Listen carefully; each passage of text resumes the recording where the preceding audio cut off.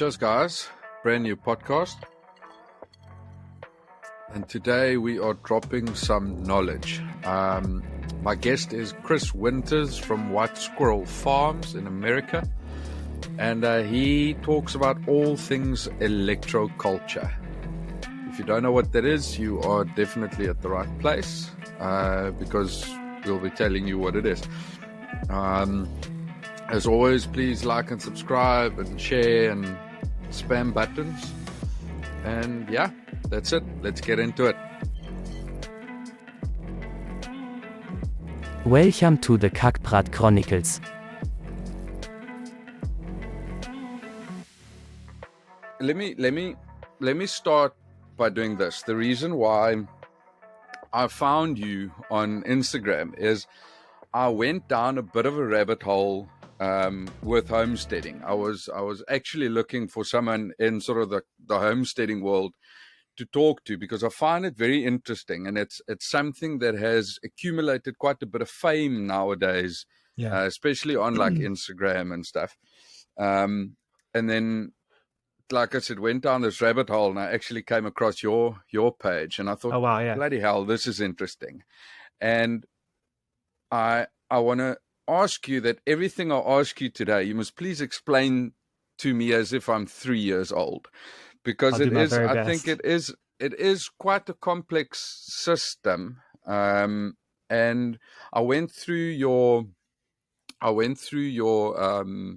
website and everything, and there's quite a bit that I don't understand, and that I'll be asking you today. But I guess let's start with just like, what is electroculture? Because that is basically what you do, right?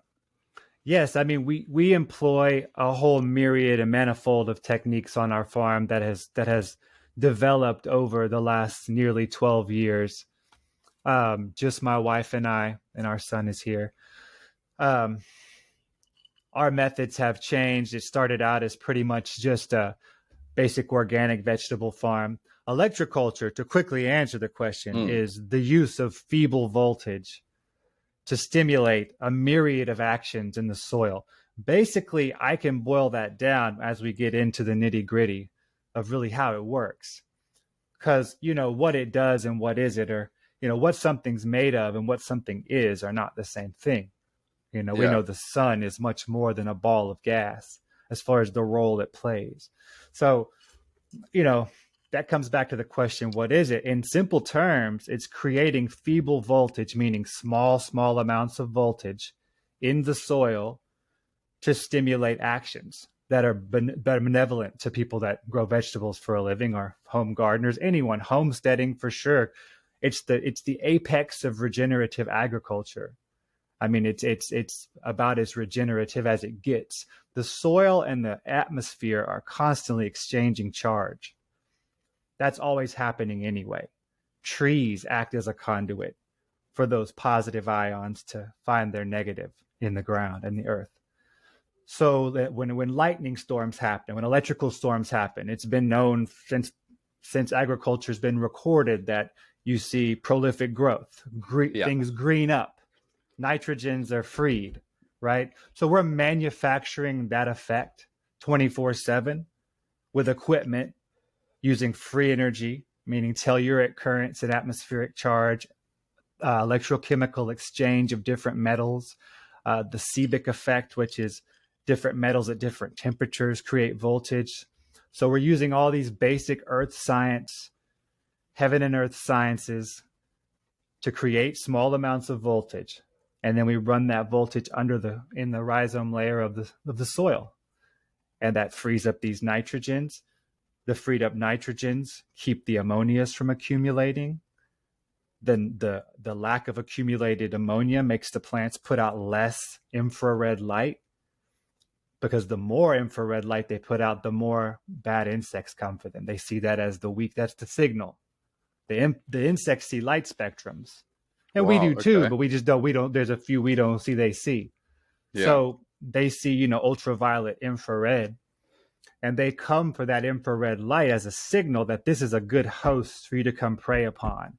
It'd be like a pickpocket. They see a person out in the crowd with some cash hanging out their pocket. That's how they look at it. Easy mark. things don't work harder than they have to typically. Um, On that point, sorry, that's actually quite interesting. But I mean, do the plants not want insects though? Because that's how they yes, reproduce, and that's there's a how they. balance. There's a balance. Yes, well, they want pollinators, Yeah, but I mean, for instance, where we are here in the southeastern United States, we have at this point in our evolution of agriculture, we have insects here that, I don't really look at anything that's here right now as non-native.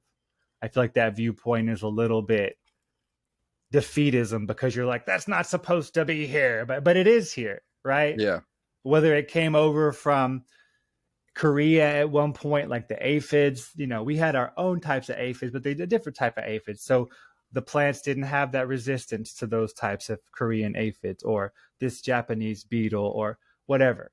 At some point, everything's going somewhere. So we have a lot of bugs. And, I'll say in the first many years of not employing these systems, doing a lot of other good stuff, but not employing electroculture, the loss from insect damage is just significant.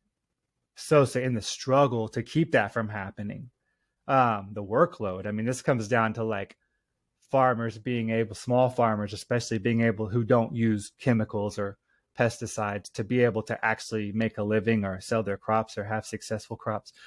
And we're not only talking with electroculture about having a successful crop, but prolific. The yields are violent in their abundance, like to the point where you need to up your storage. You better find new places to sell stuff.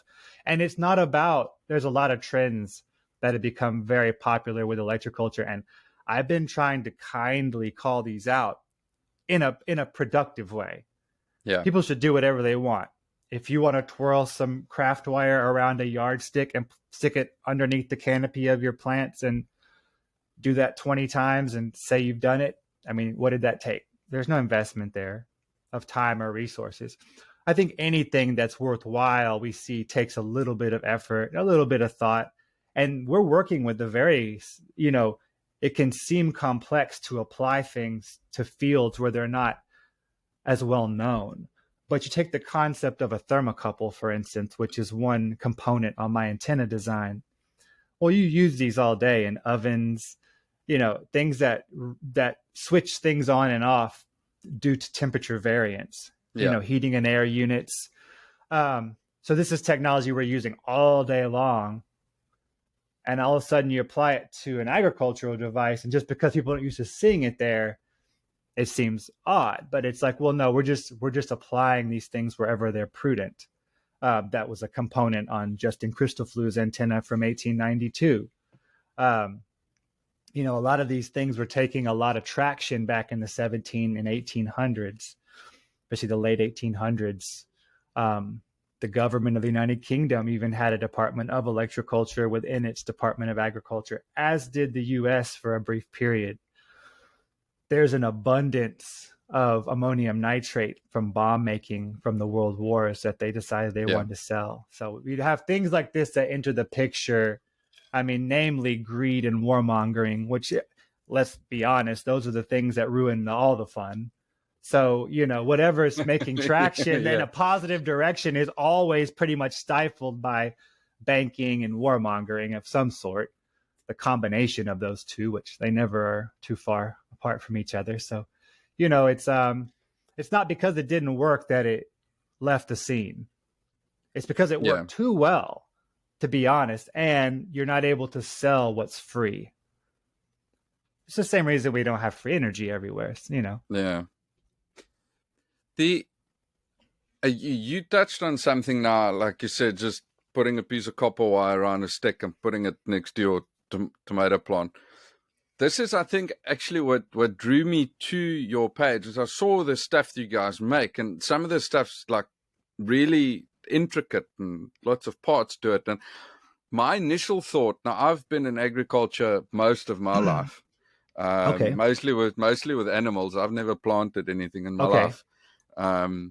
But to me, that immediately looks like no shit, man, that can't be that. How does that work? It can't be true. Sorry, and I think that's initially why I contacted you. Is I thought, shit, I really want to get behind this, because it does look a bit sort of funny, especially if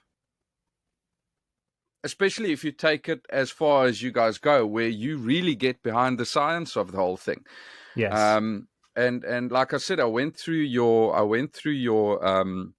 website, and there's some mega big words on there that I had to Google that I do not know the meaning of, and after Googling it, I'm still not sure. But I think I almost want to start at the start of this. Like, how did you get into this? What was your beginning into doing this? Because you did not grow up on a farm, hey? No, I grew up in a very urban environment and then traveled all around the world for some time as a vagabond, basically, and had a lot of cool experiences, learned a lot of stuff. Always very interested in whatever was interesting to me, and would go far with it. But no, I didn't. I had a lot of horticulture experience and some agriculture experience in my early 20s. My wife then did some, I won't even call it an internship, but a mild internship, a lot of volunteering on a small farm, as we kind of saw that we were interested in that. But basically, when we had our son, we were at kind of a crossroads, like most people are when they have their first child. And it was more about, how do we want to raise our son? Yeah. The decision was made based on that, to do a farm. We didn't know what we were doing. So we knew some things, and we were full of energy. We were ready to take the challenge, but we know, in retrospect, man, if I knew how little I knew then I probably wouldn't have done it. You know what I mean? So did you guys have, like, I almost want to say regular day jobs, 8 to 5s? I was a painter. I restored cars. I had a little detail shop for a while, car auto detail. My wife had done real estate. She had worked in coffee shops. I mean, we were in our 20s. You know, I had traveled around until my early 20s, mostly in Europe and the Caribbean. I spent a lot of time in the Caribbean growing up, and actually moved up into the hills in a small community called Bunkers Hill in Trelawney Parish, Jamaica, with my Jamaican friends, who invited me to come live there in my tent. And I stayed there for quite a while. I moved there up right as I turned 18, and I'm very familiar with that island. You know, been growing up going there, and just through familial connections, not really like vacations or resorts or anything like that. Okay. So I spent my time up in the hills in mostly like Rastafarian communities, and became very cradled by that culture. Decided that's where I wanted to be. It's where I felt the most connection. So I moved up to in the hills with my friends there. And in the process, I ended up meeting some people from all over the world, you know, because people from all over the world are there on this little island, you know. So I met Swiss friends who invited me to Zurich. So a year later, I ended up being like, okay, I'm going to expand out. I never had any thoughts of going to Europe. It sounded cold. So I was like, I'm going to go there, you know. Of course, it's all different. I mean, I know that. But, so I, you know, went to Switzerland for a while, and from there traveled around. This was like, you know, pre 9/11. Yeah. Traveling was chill. So you didn't have to take your shoes off. No, I used to go to Morocco on a boat from Spain on the regular for like $14. And get off in Tangier in the middle of the night with no customs. And likewise, going back to Spain, I mean, it was very chill. Yeah. And I wasn't up to anything. I mean, I didn't have any money or anything, but it was just relaxed, is all I'm getting at. So, no, I didn't have experience with agriculture very much. But certainly not farming, certainly not here in Tennessee, because previously me and my wife had lived in the Pacific Northwest for about 10 years before we moved back to Tennessee. So we came back here, and even the experience that she had on the farm that she helped with there, you know, that's different weather. That's very different weather. There's way less bugs. I mean, doesn't get that hot, you know, it's a whole different vibe. The soil is, in general, knowing now, more paramagnetic. There's some things about it. We have good soil here too. It's especially in our pocket, but So we bought the farm and the little house, and first year, just getting started. We show up day one. We start building a little greenhouse to start the first. We were in a financial situation where we didn't have a year or 6 months to like get. We showed up with the U-Haul with the dogs and the kid, and the next day started building the greenhouse for that season's crops. What was your, sorry, I just want to interject here. What was your plan at that point? To Just grow to vegetables for a living and sell them. Yeah, Okay. like what we're doing now is our plan. Okay. It's just we didn't, it was just like, let's go start it. We didn't have a big plan. It's just we knew kind of roughly what we were trying to do. And there were some things in our favor, mildly, like Nashville is an hour away. It's where I grew up. Even the neighborhood where I grew up has become very gentrified. There's a lot of fancy restaurants there now. The restaurant scene was taking off there, and the whole farm to table thing was kind of it wasn't even at its peak. It was climbing toward its peak, I would say. So we saw that, I could see that. I thought, we're going to go do that. We're going to go try to grow vegetables and sell them to some restaurants, maybe a CSA, collection of individuals that get a weekly share. And so we just started. We took our limited knowledge, and I knew how to build simple hoop frame greenhouses. Yeah. We just started going at it, and started seed. I went up to Kentucky. We use a walk behind tractor, a BCS, which are very common, very much more common in Europe than the United States. Most people have big riding tractors here, even small farms, or they have both. A lot of people have both, but we do exclusively walk behind tractor, which is, BCS, which is like Ferrari's walk behind tractor. They were, all those companies are agricultural companies. Most people here don't know that. Like Lamborghini and Ferrari all made tractors first, Yeah. So anyway, we started using this equipment. So everything we've done has built to our style, kind of what we ended up where we're at now. And I'm sure it will just continue to evolve. Like, I don't ever think like, oh, we're here. You know what I mean? We're just going. How big is your setup at this point? How much, sort of like I don't know really how to ask, how big is your setup? Because I know you sell your produce to restaurants, right? We have a couple restaurant clients that have been with us for over 10 years now. And then we have a CSA group, a group of individuals. I don't know what you may call this there, but we have a group of individuals that pay for a weekly share for about 35 weeks out of the year, 30 weeks out of the year. So how much are you producing? Is it a truck load full, or is it like a pickup load full, or because I don't know how to quantify. That's hard to quantify. Yeah, it's a hard one to quantify even for me, but we produce increasingly more and more, and we plant less and less and less and less and less. Like, it's since adding the paramagnetics and the electroculture over the mini blast years, every year we plant less and we yield more than the previous year, and the quality is better. And I'm only saying that because I've been through the fire. I've been through all the bad years, the bad crops, and we still have failures. Things still can fail, but I mean, it's not the comparison. It's really why I'm so passionate about these systems, is because I understand how difficult it is. And a lot of the people that promote electroculture, they're not farmers, they're not agriculturists, so they're doing their great work promoting it. But as someone who's been exclusively doing that as their only work for the last 12 years, both me and my wife, we have a really good insight into the difference, into what it's like to do this work without these systems and with them. And it's not just the electroculture antennas, there's complementary actions. And I talk about that openly on my website and on my videos. There's not one magic trick, you know what I mean? Yeah. It's that you can set yourself up. It's like even let's say you're gonna, you got the best generator in the world, electrical generator, but if you don't have the cord that connects it, so there's parts, there's pieces, there's links. Yeah.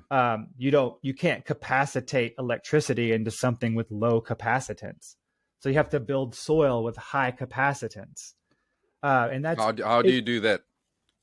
Well, so basically I like to explain. I went to school in 2018 through 2020, or 2017 through 2021 almost, but about 3 years, for medical qigong. It was something I'd always wanted to. I'd always studied it independently. So it's Chinese medicine, which Okay. is not inherently even Chinese. It's just that culture did the best job of recording this universal system that's been used since, every culture, since, ancient Kemet to, ancient China to today. It's rebranded today more than ever on the internet as different forms of therapy, Okay. but it's non-allopathic medicine. It's traditional Chinese medicine at its apex. So, you have herbs, you have acupuncture, you have all these modalities, but Qigong means energy skill. So people practice Qigong as on a personal level to balance their yin and yang, the famous symbol, the Yeah. yin Yeah. yang symbol, right? Well, the real name of that symbol is the Tai Chi symbol. Like Tai Chi, the martial art, is Tai Yeah. Chi. So Tai Chi Chuan. So the Tai Chi symbol, you have the Wu Ji, where things are separate. That's like the void, separate yin, separate yang, male, female. When they come together, it's Tai Chi. And we kind of in the West call that the yin yang symbol. So the yin and yang, this concept is the best concept to explain. I mean, electricity, electromagnetic induction. There's a lot of language we can view this in, but when you have a positive and a negative, a yang and a yin, heaven and earth, sun and earth, however you want to look at it, when those two potentials, those polarities, when they have a conductor between them, like in Qigong medicine, we're a conductor. Everything is a conductor between these two forces. And you can look at it. Walter Russell is famous as describing it as like the ocean is the magnetic field, and the electrical impulses of the sun are the electricity. And when they combine, they make a standing wave. Some waves look like waves in the sea. Some waves look like Philip. Some waves look like me. Some waves look like this cup over here. Everything manifests in a different form. We have densities of light. We have all kind of theories we could throw in the mix at why different forms, elements within them. But basically, when polarities flux, when the potentials flux, meaning it goes from one to the other. So in the yin yang symbol, you see where you have like the two tapered teardrops, basically. And that's just showing what's going on in life, in all life. So as that positive potential reaches its greatest yang, its maximum yang, greatest positive point, it then starts to become yin at its lesser yin potential. And then that fluxes around to greater yin, and that cycle never stops. Wow. And that's Okay. flux. And that's electromagnetic induction as well, Faraday's first law. These are Maxwellian equations that are used all day long in physics and machinery and everything we use. So we use the antennas as collectors of positive ions, cations, atmospheric electricity, telluric current, electrochemical exchange, Seebeck effect, dissimilar metals at different temperatures. All these things create voltage. Then it's connected to a wire that goes into the ground, runs under the crops, and at the furthest northern point in the garden or field, that wire terminates very deeply in the ground as the negative, as the ground. So you have two potentials. You have a conductor between them. So there's fluxing. That fluxing of potentials induces voltage. And that's Faraday's first law. So we're creating feeble voltage in the soil. This has the same effect as lightning. It's just we're doing it all day, every day. We're freeing up the nitrogens. We're allowing for elements to transmutate into their higher potentials. So it's very well known in agriculture that, especially around here, farmers will tell you, these older farmers would be like, we add a lot of lime in our soil, limestone, dolomitic lime dust. That's as good as adding fertilizer. They can't usually tell you why. They just know it works. Well, it works because the lime expedites the cation exchange capacity rate of the soil. So it expedites the rate at which it's exchanging potentials with the atmosphere, the soil. That exchange creates voltage. That's electromagnetic induction. then you get the freeing of nitrogens from ammoniums in the soil. So not only does that fix the nitrogens, as we call it, and make them available to plants, nitrogens that's already there, so you didn't add them. There's so much nitrogen in the soil. I mean, it's one of the most common elements in our atmosphere, our soil, and our bodies. So that, along with carbon, basically makes up most of everything. So we have a lot of nitrogen already available. There's no need to be buying it.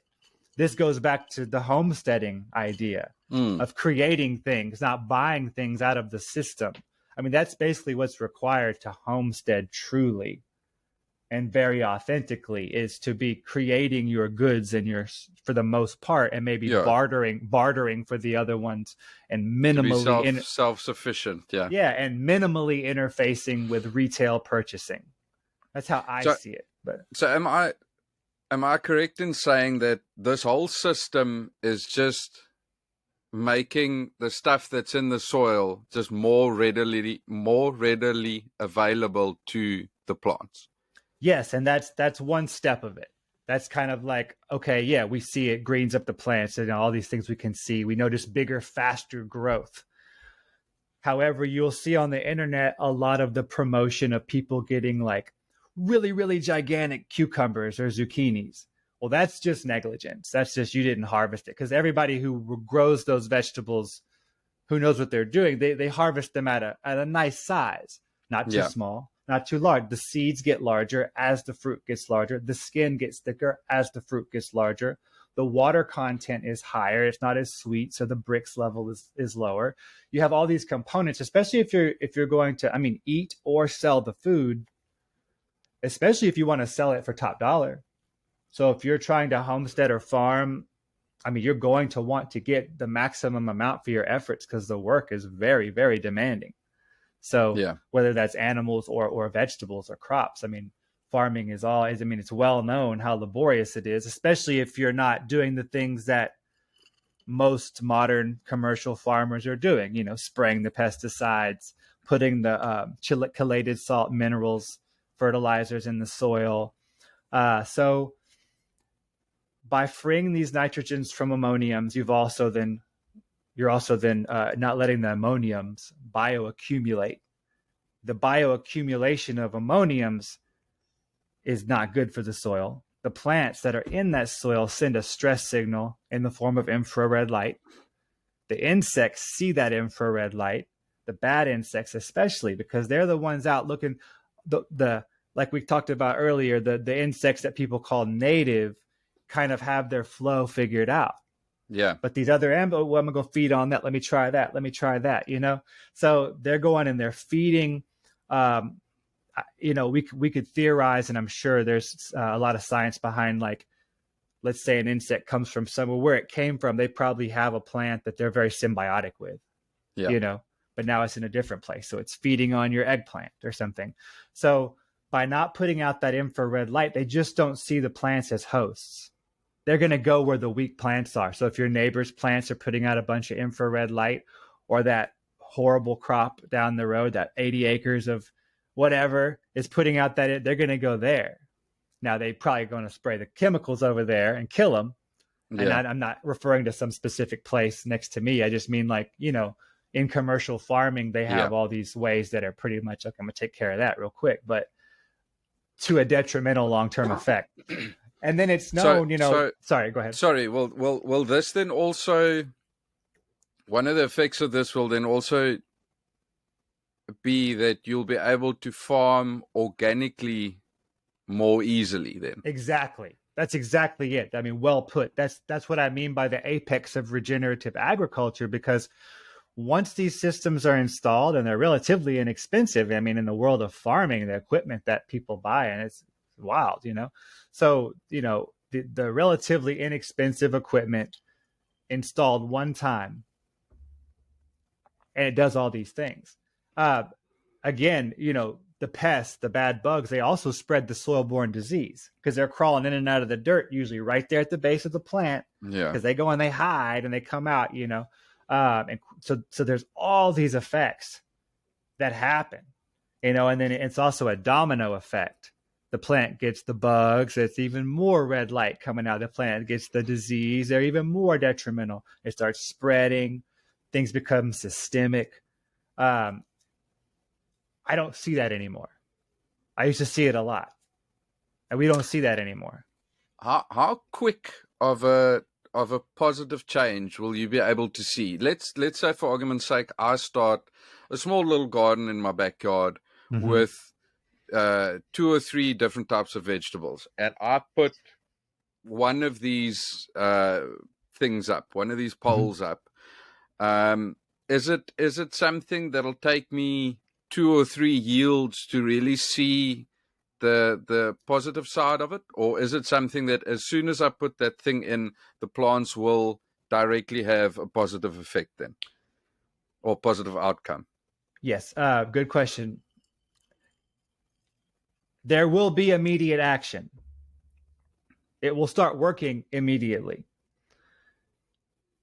The soil you put that in will make a difference. Like I said, high capacitance soil. So my system for building that, there are ways to go about it that perhaps I haven't thought of. So I'm not claiming to have the only solutions. I just know what I do and what really, really works. And it's not based on my idea. This is based on the work of Phil Callahan, Harvey Lyle, Rudolf Steiner. I mean, there's so many great works to build upon. This is stuff that's been discussed for some time. But paramagnetic rock dust is key. Basalt. And that goes into some interesting facts too. I don't know if you're familiar with the work of Immanuel Velikovsky, but he wrote a lot of books on electrical geology back in, I believe, the 20s. Don't quote me on that, but back in that realm of time. Yeah. Because there's some early television interviews of the early days of television. He has one. So it's not that old, but it's not recent. Yeah. Worlds in Collision, Earth in Upheaval. These are 2 of his books. And they're on electrical geology, and they're kind of a look at geological formations of the world. His theories are that they're formed by electrical or electromagnetic, more correctly, charges, right? Okay. And these formations are all replicable in a laboratory with like loose soil or sand and electrical discharge. You can create something that looks just like the basalt column if you put X amount of voltage into this type of soil, let's say.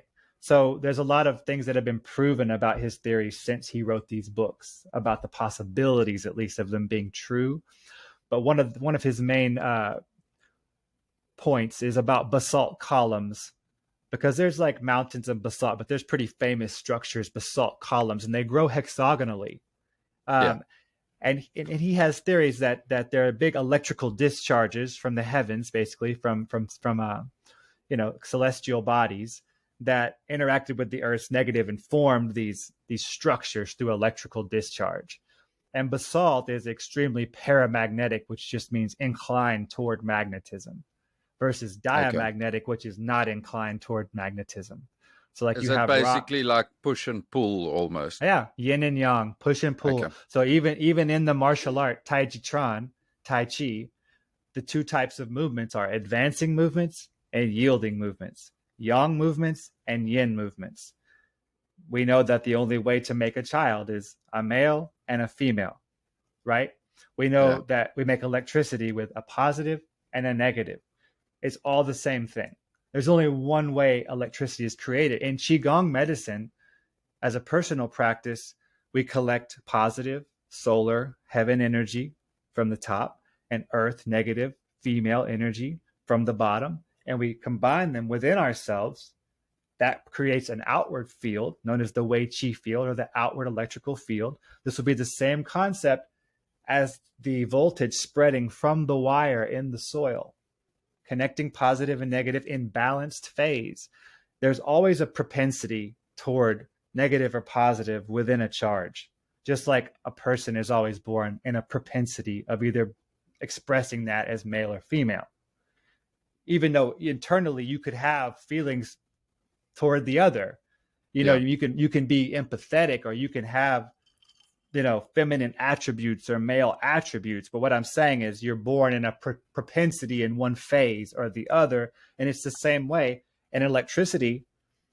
in electromagnetic induction, it's just a flux or a back and forth of these propensities.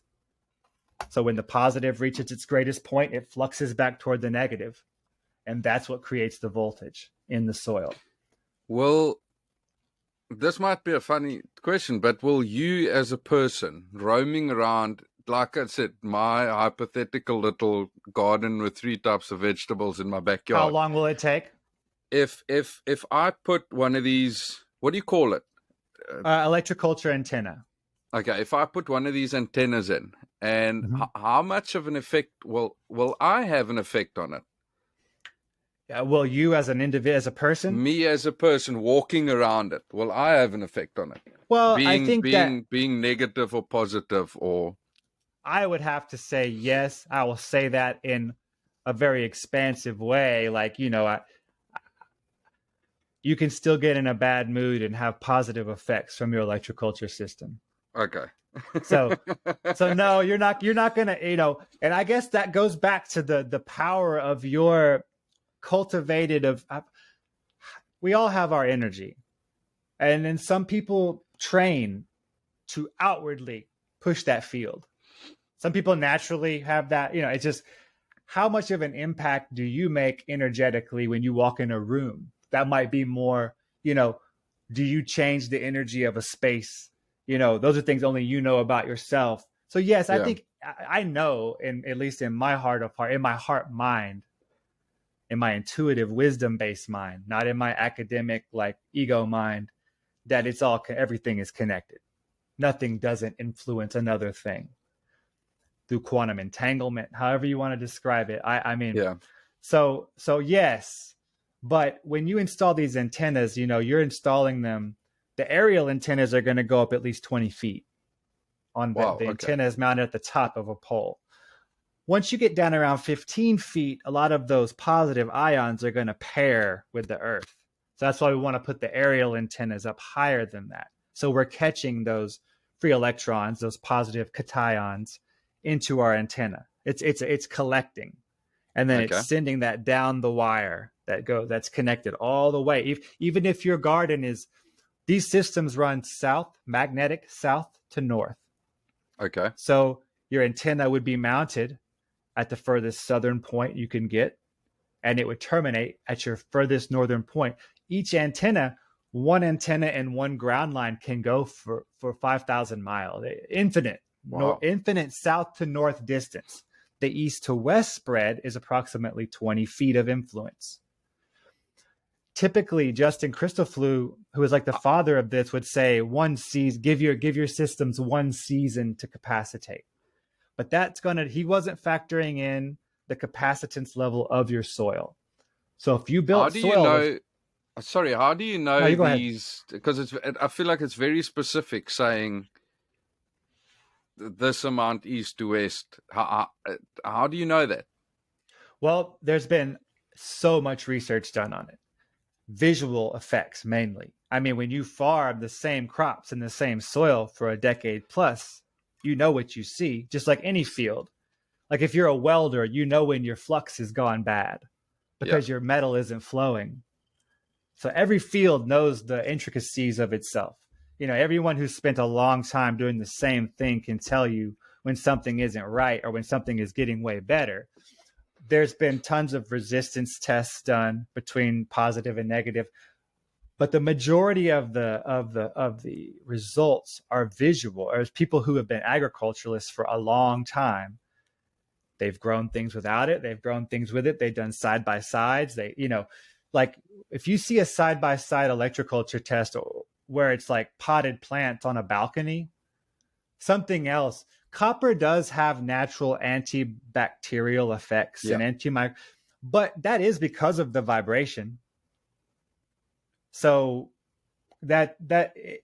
I will even give people a little bit on the like, okay, if you put the copper wire around the stick, you know, I'm not going to be such a skeptic to say that nothing's happening, but it's not much. And the fluxing would be between the tip of the wire, and that wire grounds out right to that point in the dirt, right? If it's just a wire straight to the ground. So the fluxing of electromagnetism would actually be at the aerial part of that wire. And Okay. that's not what's in the ground influencing the soil. So we have to just look at how it works. If you take that stick and you turn it like this and it's in the soil, that's a different scenario, but it's also it's just not how it works. You know, you have to have that fluxing. Would you be able to explain to me now? I think I should say that I know zero to nothing about electricity. I don't understand electricity. It's absolute magic to me. Um, why can you go north to south or south to north? Why can you go forever, but only 20 yards or whatever it is? I can't remember what you said now. East 20 to west. feet. Yeah, 20 20 feet feet. approximately. Okay, good question. Well, this is not so much to do with electricity. This is telluric current that we're dealing with. The south to north positioning of the brass rods on the antenna. I actually have one here. The brass rod would face magnetic south. Okay. This is a thermocouple. This is generating voltage. So we have different things going on the antennas. This is an aerial antenna. So this one would go up. I put mine up 25 feet. You could go, the higher the better. Because, Okay. I mean, there's experiments online of people doing some really incredible things with anodes and cathodes, and they're sending a drone up with a wire connected to it 600 or 3,000 feet up and powering small machines. Wow. Because they're getting so high up, they're getting so many positive ions, right? This is just a shorter version of that, because we're not looking for big voltage. We don't want big voltage. We intentionally want diminutive, feeble voltage.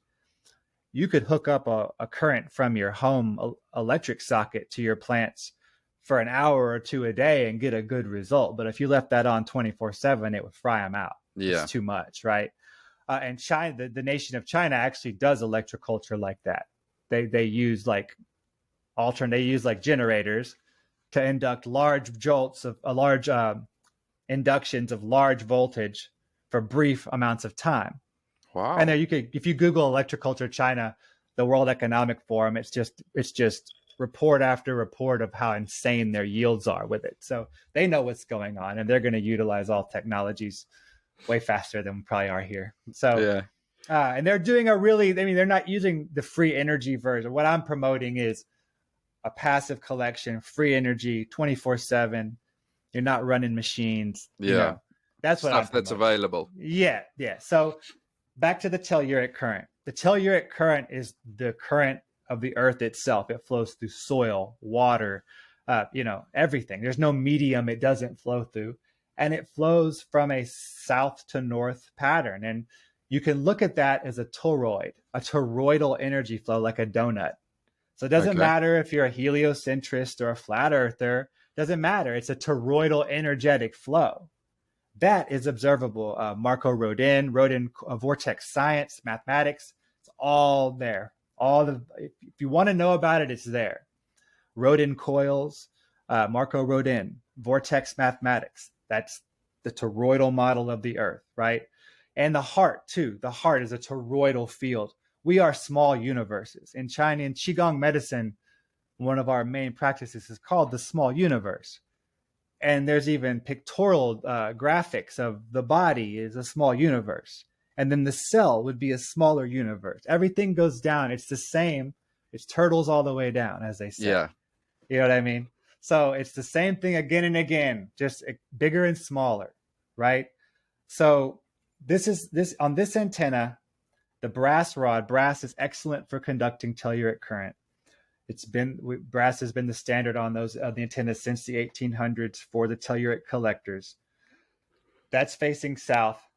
Everything's aligned. The wire then travels in that same direction. So if it's diagonal, it's diagonal. If your garden's already laid out, you don't do it parallel with the edges unless that's south to north.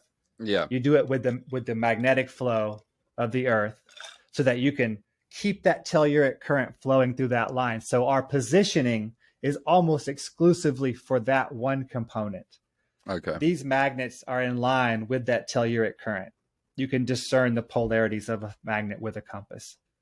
And you put them in line so it's actively helping to draw that current. Okay. into this body, right? Its core filled with a paramagnetic material, rock powder, like packed. Basalt rock, the same thing I put in the soil with the compost.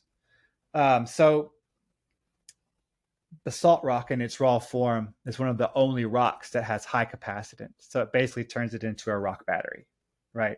This powder inside here is capacitating anything that isn't directly fed out through the wire is coupled here to the ground wire, which runs down the pole and into the ground. So I'm just kind of trying to explain how these work a little bit. Yeah. No, it's this is the very this is interesting. these wires are blowing in the wind, right? You got friction. Why have you got so many at the top? Well, just so there's more collectors. The more wires, the more friction, the more surface area. Okay. Yeah, 33 wires. So the more surface area, right? Why 33? Yeah, everybody asks that. Well, it's actually just the perfect number for the design. Okay. And then there's also I'm not a Freemason, but there are 33 seen throughout, the spinal column and other all the biogeometry of the antenna. Everything has proper biogeometry. So it's all based on the sacred cubit. So like all the different components are cut in relation to that measurement, either a quarter, a half, 1.5, 2 of a single measurement, 20.6 inches. So it's harmonious, right? That's the idea. Like old buildings, old architecture, they're built with these ratios, golden means, golden ratios in mind to make them harmonious, just as standing vibrational pieces without anything else. You know what I mean?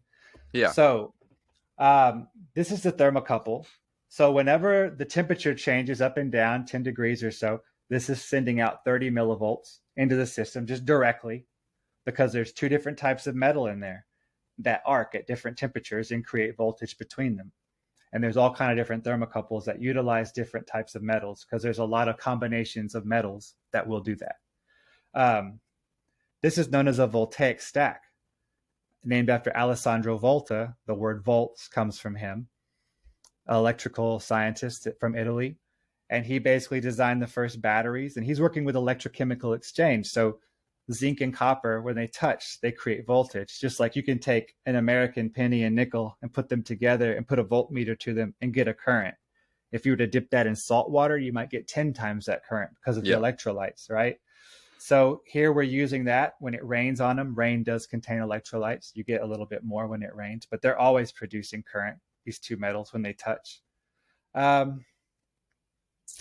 And yeah, that's essentially, you have the atmospheric electricity, the surface area with the wind blowing through it, the brass rods collecting telluric current, electrochemical exchange, electromagnetic induction again, because we have a magnet interacting with a conductor, thermocouple, that's the Seebeck effect, different metals creating voltage, the battery, the basalt battery internally storing the power.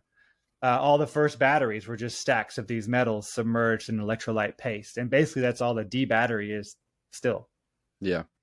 So yeah, these are all just simple electrical producing apparatus that go together to collect feeble voltage in different ways and provide it to the system. And we have the infinite negative as the Earth. That's you've said now. Sorry, just before you put that down, you've said now a few times with the wind blowing through it. Does the wind have any effect on it? I guess I just mean the atmosphere. Oh, right. Okay. So the air that blows between the wires and around the wires. The atmosphere contains, the higher up you go, more and more free electrons, more and more cations, positively charged ions to collect into the antenna. And then those pair with the anions, the negative ions in the ground. And the fluxing between those two is our main system of electrical flux. But then you have, like I said, a couple components on the antenna that just directly induct small amounts of voltage, the thermocouple, the electrochemical exchange. I have models for different uses. Like this one is I call it the aerial terrestrial. You can mount it, you can put it up high. It's still going to do that function, but it doesn't have all these wires up here because it's specifically designed to be put on like a trellised crop or down at lower elevation. The telluric current is found at all elevations. The electromagnetic exchange, all elevations. the electrochemical exchange, all elevations, thermocouple, doesn't matter. So what we've done here is we've replaced all those wires, because that would be kind of futile at a lower elevation, with a tensor rod. And tensor rods use tensile strength, and you put the maximum twist on these wires till they break, and you create piezoelectricity, which is certain materials, copper, crystals, bones. That's why you get energy from exercise. It's because you're putting pressure on the dulce crystals in your body, on your bones and on your ligaments, and mostly on your bones. And that's creating piezoelectricity. It's how quartz watches work, guitar pickups. It's just pressure on quartz, pressure on copper, pressure on the bone. The bone is hydroxyapatite. It's just another mineral. So when you put pressure on these certain types of crystalline structures, they produce electricity. So we've replaced that atmospheric array with a piezo rod, a tensor rod that creates piezoelectricity, just to supplement, to have a purpose. Everything has a purpose. You know, it's not just decorative. I want it to look nice, but it has a very specific purpose. And that's just on a little mount that I slip over the trellis post. Just PVC. And that's insulated from the post, because otherwise it would just go right to the post if the post is metal, or wood, because wood is conductive when it's wet. When it's wet, you see a lot of people attaching their metal antenna heads directly to wood, but that's just going to ground out right to that point where the post is. You want it to move along the wire. You don't want it to end up directly underneath and it. Flux back and forth. Yeah. Dude, how does... This is amazing on so many levels. Where... I want to ask 75,000 different questions. Where did you get all of this? How did you... Because I feel like you need a flippin' electrical engineering degree to do all of this, and it's just a shitload of information to take in. Yeah. I hope I'm not like overburdening. No, not at all. It's like it's about a decade of evolution. From the beginning, I was interested. From the beginning of our farm, I guess we'll go back there for a second. I was very interested already in a lot of these principles, but I didn't really see them, how they were applying to agriculture. But I read some work by Voissant, which is a French farmer who was mentioning some of these ideas, and he was growing grass for animals, for ruminants. So he was a grass farmer. He was trying to produce really lush, high protein grasses. And he's talking about the electrical exchange. So I kind of got this idea. And then even in our second year, this is about to be our 12th year coming up, I was like, I'd like to get to a point to where we're measuring our food, the quality and the worth of our food in some sort of biophotonic energy. What kind of energy does it have? Because that's how we measure everything else. These fuel sources, right? Like food is our fuel source as human beings, among other things. Like air is a fuel source, not our only fuel source. And it should probably be less of our fuel source than some other things. But as a whole, it's a pretty major source for most people as their fuel, in general. So I looked this idea up on the internet at the time, and there was this farm. I don't remember where it was, and I don't think it's around now. But they were measuring the angstrom levels of their produce. It was an apple orchard, I think, or they were growing a lot of fruit crops. And they were using Calirian photography to see the angstrom level, to see the light spectrums around the food, basically, what color they were, aura photography, basically what they call it. But it has a lot of uses. It's just showing you the biophotonic radiance of something. So that stuck in my mind, but I'm over here in year 2, barely scraping, by thinking it probably is not going to work out overall because it's hard. It's the learning curve, the success. You can be the most successful farmer, and then it can be hard for you to sell your stuff, or you can have all the sales channels in the world and have a failed crop. And either way, so between those two things, it was hard to find the pieces, and I have had some good customers from early on, but early on it was like, oh, I can't produce enough high quality produce. We did pretty good in retrospect for how inexperienced we were, but I knew there was more to it. But so we went along for years, improving our systems one thing at a time.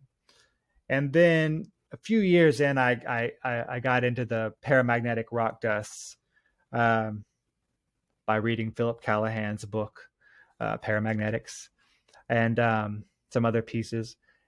But a lot of this came together for me in my medical qigong training early on in that training, because I was already studying electroculture. I had Justin Crystal Flu's books from France from the 1800s. I had looked through the diagrams a billion times trying to figure out how could I build something like that. Like, I was trying to get it. I felt it. I knew it was truth. Yeah. But I didn't have it yet, because I talk a lot in my personal life and somewhat professionally about how I believe that we've been intentionally dissuaded as naturalists, quote unquote, people who are into that realm of the natural world, the interface with nature. We've been dissuaded intentionally from technology. We've been kind of pushed a lot of the non-benevolent technology, and we've been overall just dissuaded from adopting technologies that are wisdom based.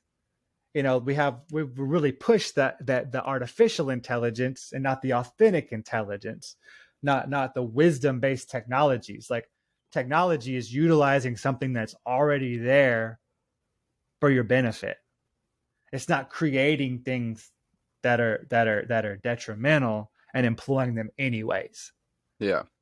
Which is what I see is typically where technology, the lens of technology, gets seen, especially from people like myself, from agriculturalists, people who are into natural medicine, people who are into energy medicine, very anti-tech. And I found myself in that same position for most of my young adult life, being very anti-technology, and I think it was the wrong way to look at it. I think you want to look at benevolent technology based on wisdom. And then maybe avoid the technology or use the other technology just to the point that it serves us, and then drop it.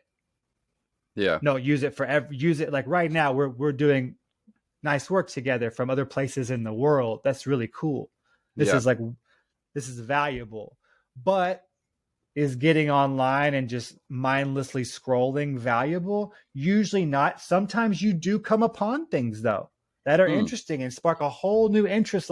So you can't say for anybody else what is what. For myself, I'm trying to embrace wisdom-based technologies and promote them in this community of agriculture that as a whole, especially in the biodynamics world, and, commercial agriculture has definitely not steered away from technology, but their idea of technology is GPS-driven tractors, stuff like that. Big fertilizers, chemicals, industrial system, robots. That pick the fruits, that pick, all kind of stuff that just feels like so non-human to me. Yeah. Whether other technology feels like, no, that's stuff that we already used to do. People talk a lot about like old souls, like, oh, they like oldie timey stuff. They like to sit by the campfire and whittle or whatever. And it's like, that's cool. But I don't think those people are very old. I think those are young souls. And as someone who believes in reincarnation, I see them as very young, new people who maybe lived their first or second lifetime in that era. The old souls remember the technology from long, long ago. And I think that's what resonates with us, I want to ask you about the paramagnetic rock that you put in that cylinder. Mm-hmm. For, let's say, for me now, sitting in Europe, in England, I've got no clue where to get that. You can get it. Yep, you can get it. So Ireland, not that I know that's not England, don't get me wrong. Ireland has these round towers. Philip Callahan writes a lot about this technology. I'll say at least in the last hundreds of years, we'll say comes out of Ireland. So it's not an American thing, or it's not because we have certain rock here or something, because paramagnetic rock can be found everywhere. Granite is very paramagnetic, basalt, and you find this rock everywhere. So here's what I do. Here's what I tell people, because I get this question a lot, especially people in other parts of the U.S. So waterways are electrical connectors. right? And they connect positive to negative points. In Chinese medicine, the lateral banks are known as the yin and yang banks. And this is kind of accepted, the sun and shade phenomena, the paramagnetic side and the diamagnetic side. Water will almost always, major waterways will almost, rivers will almost always, waterways that connect to the sea will almost always flow between two different types of rock. The geology will be different on either side of the bank. One will be diamagnetic and one will be paramagnetic, especially where you see prolific agricultural abundance. So what they call the Nile in Egypt, the word Nile just means tributary or waterway. It doesn't actually refer to a specific river. Yeah. The river they're referring to is the Euphrates. Mm. And I think that's the Mississippi, but that's another issue. Because the Mississippi has the 7 main tributaries that the Nile in Egypt was supposed to have. But all the culture, I mean, the pyramids, we have Memphis, Tennessee, the Mississippi flows through right there. A lot of these names of these places, even like Georgia, the state, Georgia, the country in I guess the Eastern Bloc, that didn't become a country till like 1991. That name was given to that country in 1991. Like Georgia, the state, is much older. But if you ask most Americans which is older, Georgia, the country, they'll default to it being everything else but here being old. Yeah. It's kind of wild. They think like everything else but here is super old. It's just in general. But getting back to the point is that waterways will have this diamagnetic and paramagnetic bank. So oftentimes, if you find a major waterway, like what's the biggest river near you? Near me, I've got no idea. Okay, I've really got. What's a major river in your? Well, country? we've got. I don't know how well you know Yorkshire, but we've got quite a big estuary flowing like probably 5 kilometers south from here, which flows directly from west to east into the sea, into the North Sea. So I guess that's pretty much the biggest piece of water, flowing water. Is that where Hull? Is that where Hull is? Yeah. Okay, I've taken a boat from Rotterdam to Hull. Okay. So I've been up in that North Sea. Actually used to sail in the North Sea with a friend on a 7-foot sailboat, and it was madness. Wow. Very scary. Yeah. He lived in the North Sea is not. I mean, that's why I read something a while ago. This is a bit of a tangent, but that this is why the North Sea is one of the biggest factors why England rose up to such a power, because it was protected on the east side by the North Sea, which is a very sort of rough sea. Yeah, and unwelcoming. Like very unwelcoming. Yeah.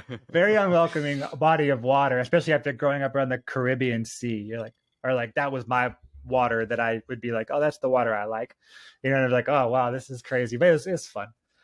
But these waterways, if you find the major waterway and do a little research on the geology, I keep doing this. So, let's say in Oregon, you have the Willamette Valley, very fertile area known for its prolific agriculture. I was like, oh, let's take the Willamette River. I think that's the river that flows through there.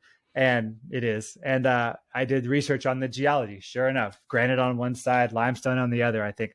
So you have diamagnetic rock and paramagnetic rock, the granite being the paramagnetic.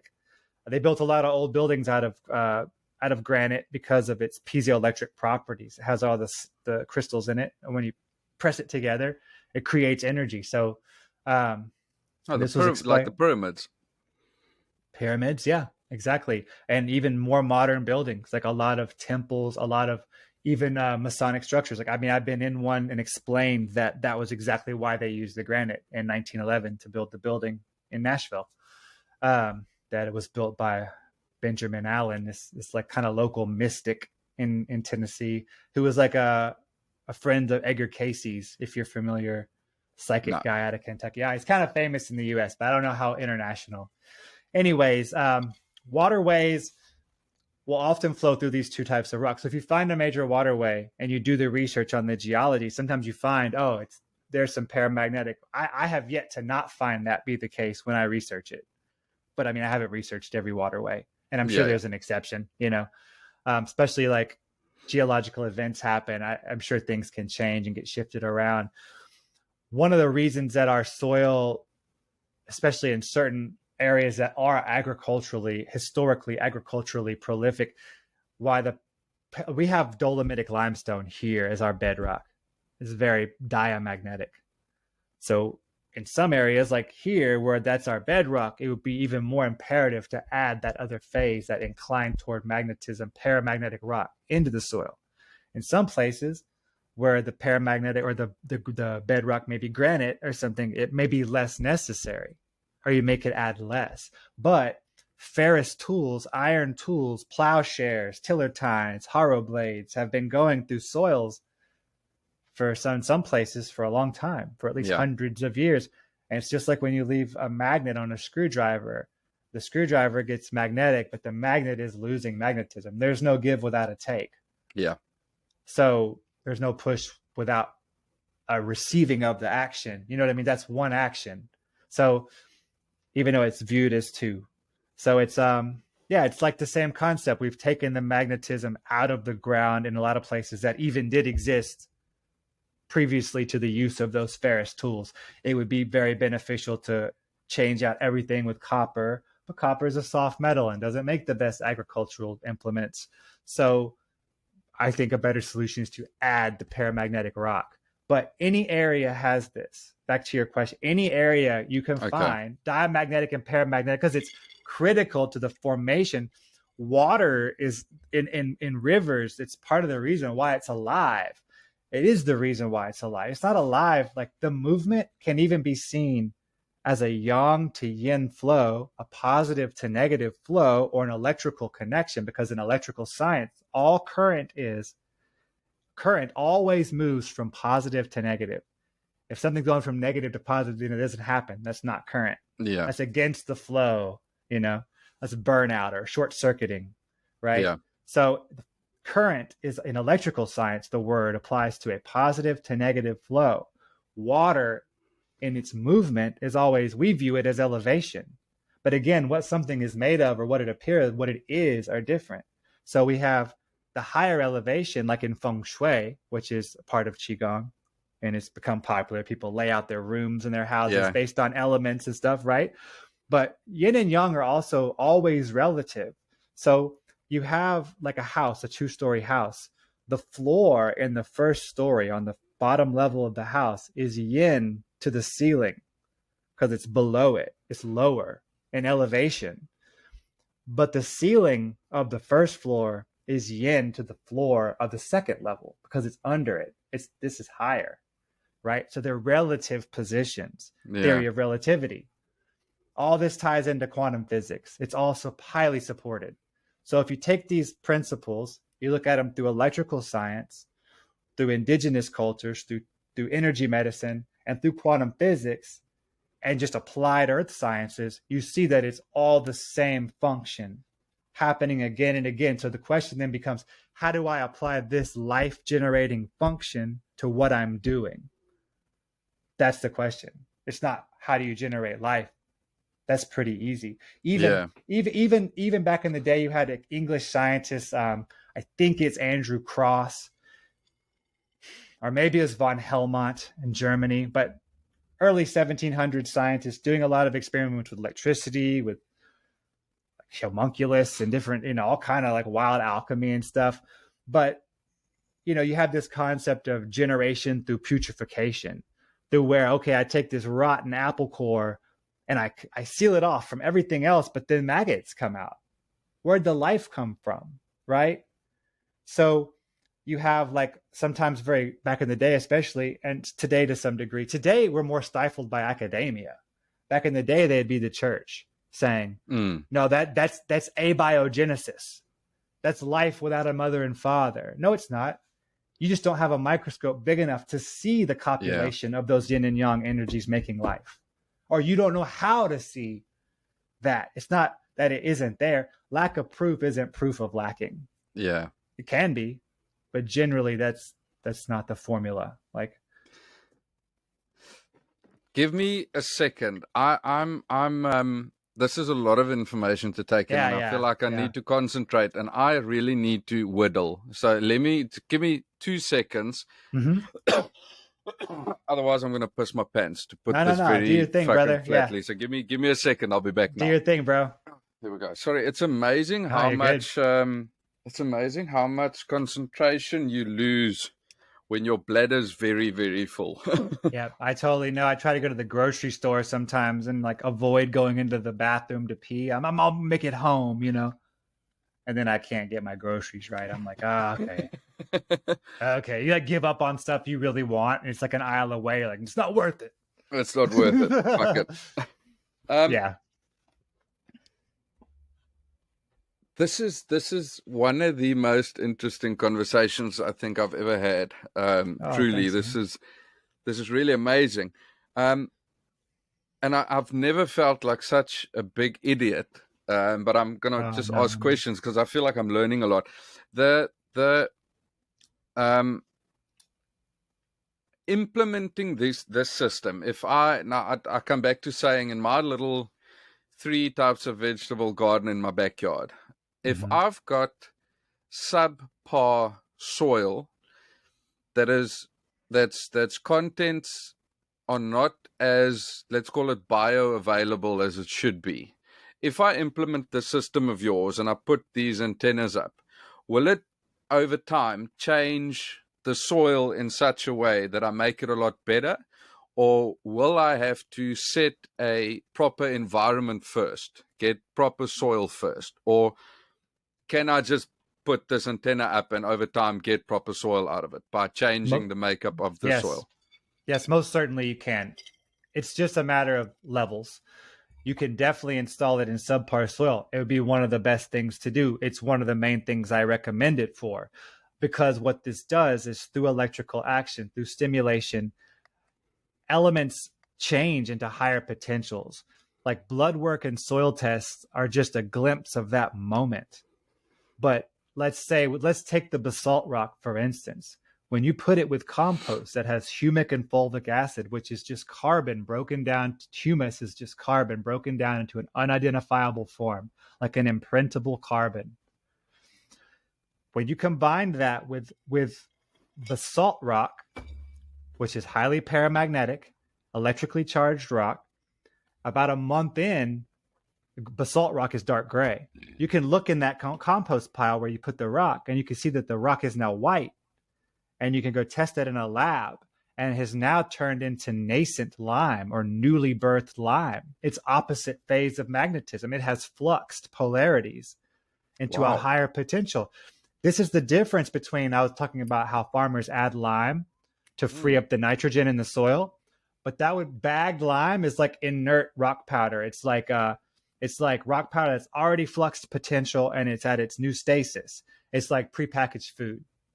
We know that fresh food is going to have a better effect on our energy level than prepackaged food. Not that it won't work, not that you can't get full on prepackaged food and grow on prepackaged food, but we know that this other type of fresh food that's going to actually transmutate from a raw form in our body into these raw elements that is going to have a better effect. So we're fluxing elements. Basalt is just one example. All elements change. No element stays in its form. They all change. Electrical action catalyzes this change. So you are going to then make your nitrogens available even in poor soil. You're also going to have better porosity, like soil texture, because electrical action organizes the water. It's how there's a machine that produces water. Why am I losing? I'm drawing a blank on it, but it uses this electrical action to filter water, basically. This is the same principle. You're structuring the water within the soil to where all the ions are aligned the same way. So it makes the soil texture better, which that's also a big deal, because your soil, how it takes in and releases water, has a lot to do with the success of your plants. Your soil needs to be able to be very absorbent, like a high porosity, but you don't want to just stay wet forever. Yeah. So that needs to have porosity to breathe. So this is another effect. literally a manifold of effects that happen from this one system. And that's why they're so effective. Now, if you take it further and you prepare your soil to be like the most high capacitance soil with a lot of compost and a lot of rock powder, you're just going to get more prolific results. So it's going to But happen it's not, quicker.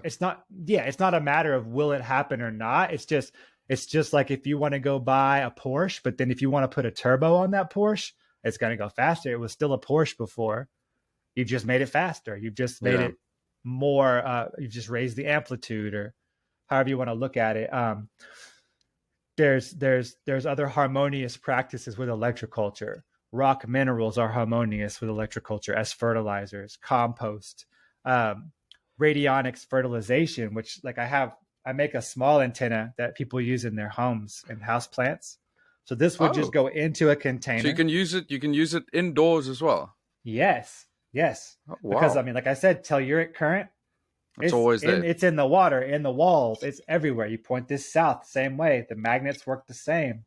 The only difference, besides being scaled down, and it has a lot of little features to make it attractive indoors too. Like I put a tensor rod and some wire arrays, really just trying to make it a scaled down version of an antenna that would be outdoors. It's core filled with paramagnetic rod. It has all the features. Actually has an added feature here, which is a internally hardwired in lead for frequency generators. So I can put two alligators, positive and negative here, and generate, let's say, the elemental frequency of nitrogen, which is 1014 hertz. I could generate harmonious solfeggio frequencies, 432, 528. I can also hook this to an orgone radio and use it as a biofeedback antenna. There's a lot of things you can do in this realm. That realm is radionics, and it's a slightly different realm of thought, but they're very overlapping. Especially with radionics fertilization, because all you're doing is you're using the Hertzian frequency to sympathetically resonate the biological elements. So if you're generating nitrogen 1014 elemental frequency through sympathetic resonance, those biological nitrogen particles, ions, will resonate with that and become active. And it's Will this have we've spoken about insects, bugs and stuff. Mm-hmm. Will this have any effect on your insects that are in the ground, like earthworms, for instance? Oh gosh, well, our soil is so full of earthworms that only by observation I can say that earthworms are all life has its higher potentials, right? So when a plant is healthy, it's not putting out a ton of that infrared light. It's not about not attracting the bugs. It's about having a healthy plant. The bugs just don't come to that plant because they see it as so healthy that they're like, it's just like why healthy people don't get sick. The sickness, you don't need that cleansing opportunity because you're already healthy, right? So you don't get sick, because sickness is just to get rid of mucus. So if you don't have the mucus, you don't have to get rid of the mucus. Yeah. So same way is that it's not really about that it keeps the bugs away. It's about that it makes the plant so vigorous, fast growing. A plant that's fast growing doesn't have as much time to get infested. It doesn't have as much. It's just booming, right? It's doing its thing. So all these variables coalesce into this mega effect. All these little things coalesce into a night and day, more than night and day. Like it's a mega difference. But no, earthworms, all good. One of our primary, besides electroculture, the other pest control that we do is to spray beneficial nematodes. So beneficial nematode inoculant, and you spray it in the ground with water. And those beneficial insects also eat the larvae of the non-beneficial insects, but those thrive. So that's a very harmonious practice with electroculture. And like I keep saying, it's not a standalone practice. You wouldn't say, I'm just going to go till my soil and then I'm going to have a garden. You got to till, you got to plant, you got to do all the parts. But the electroculture systems do like about 6 parts, and you install them once and then they're there. Yeah. So that's the thing. It's cutting down ultimately on labor. People might look at the install of one and be like, oh, I got to put a pole in it.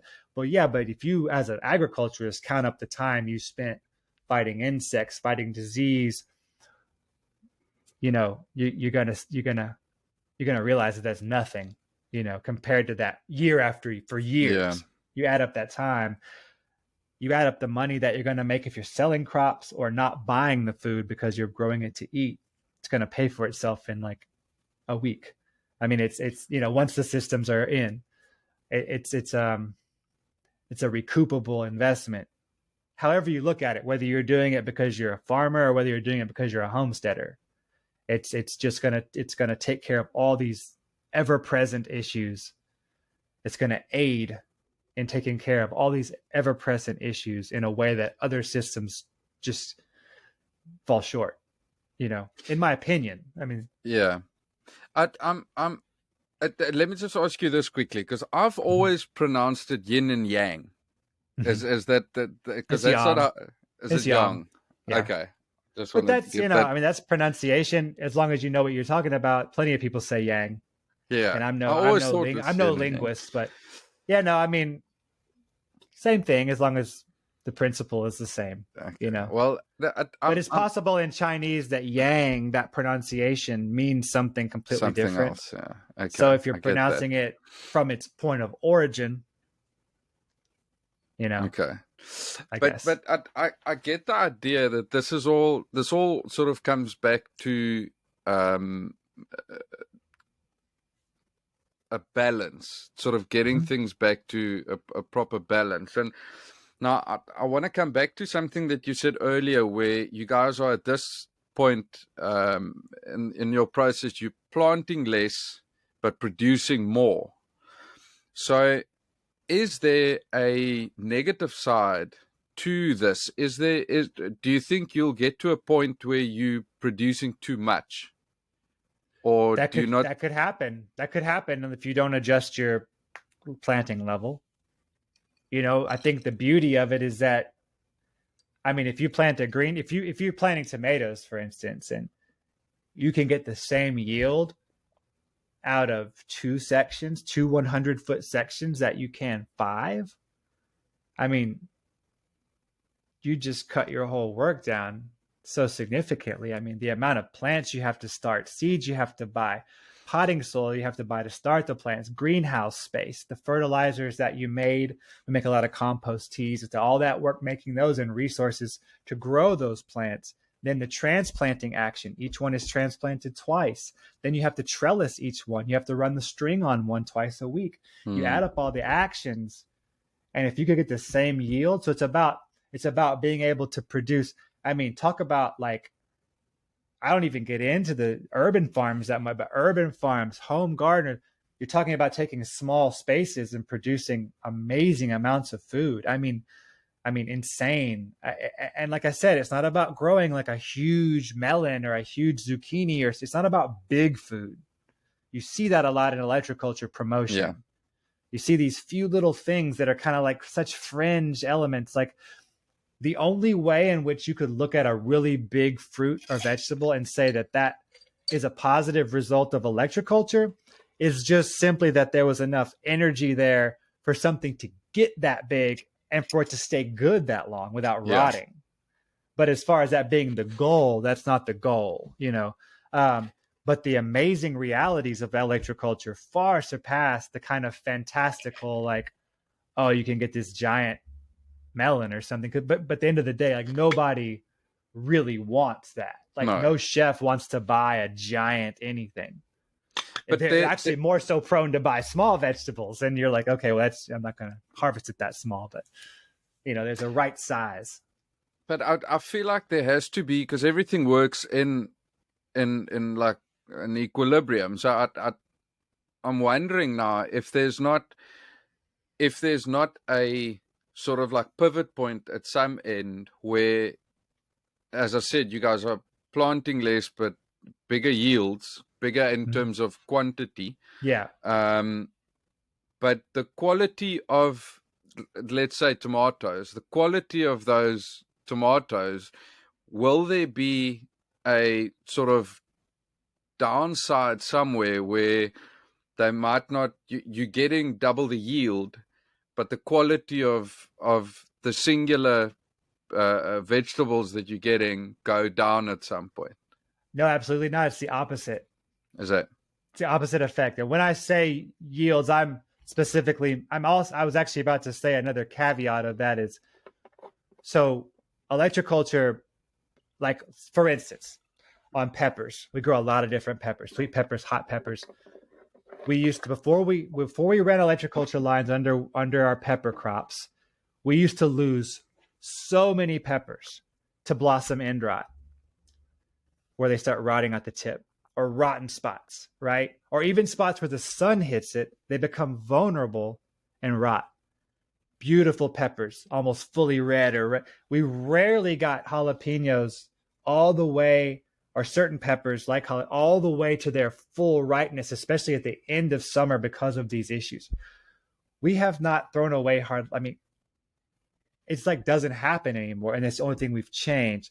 What I'm getting at is the vibrancy, the quality, the energy level, because like I said, you're fluxing elements in the soil to their highest potentials. You're getting electrical food. So anything with electricity has a higher nutritional value, because really everything is electricity. Like in some form or another, biophotonic energy is what we're getting. We look at it as nutrients, but those are almost just like chemicals that are created as a byproduct. Like we're really examining the byproducts of a lot of actions as opposed to what's really happening. So all I mean by that is, like, when you create food with like a high angstrom level, is one electrical measurement, or a high Bovis level, named after Antoine Bovis, which is like a biophotonic energy level, that food has more energy. So naturally it's more vibrant. It lasts way longer. Like the food we sell to our restaurants, they're always like, man, it will literally, if we don't use it, it will last forever. And these concepts are found again through ancient cultures, because in, like, say, Taoist culture, and I believe in Buddhist culture too, they don't immediately put a body when someone dies like away, like in a morgue or in a coffin. They keep it out with the family for 48 hours, because they say it's technically still alive for that 48 hours, because the meridian system, the electrical system, the meridian system is what the acupuncturists utilize. They put the needles in along these electrical flows. So you have like a liver channel, a gallbladder channel, a kidney channel, right? And they flow all over our body. These are like electrical circuitries. They say these don't shut down for about 48 hours. Even my Kung Fu teacher even brought up the fact of, like, the story of the resurrection of Christ being like, I think the scripture says his body was not corrupted over those 3 days, which was really 2 days, 48 hours in the tomb or whatever. It's the same theory. His theory was that, well, anything that isn't corrupted to the point of electrically shutting down is still alive. Being the point. We can also see these ideas demonstrated with, like, Rife therapy. Dr. Rife, who invented one of the most powerful microscopes in the world and was watching disease cells be eradicated by resonant frequencies and vibrations, until the American Medical Association shut him down and shut him up, because he was curing too many people. So you have a lot of examples of resonant vibration, of all these electrical actions doing all this amazing work for the human body and for agriculture. It's just that it's intentionally been, suppressed and for the most part made to look like some sort of pseudoscience, But all I could suggest is that if someone has an interest in it, they try it, because you're never really going to be convinced about anything until you see it, Well, this is basically the main reason why I've got you on today is I think you do probably have to understand that, for me, knowing nothing about this, my first instinct is to think that this is crazy. It can't possibly work.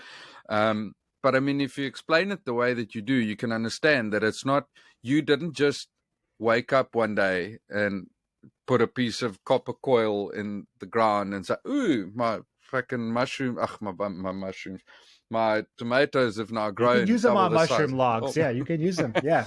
But I want to ask you this question now, and this is sort of my main.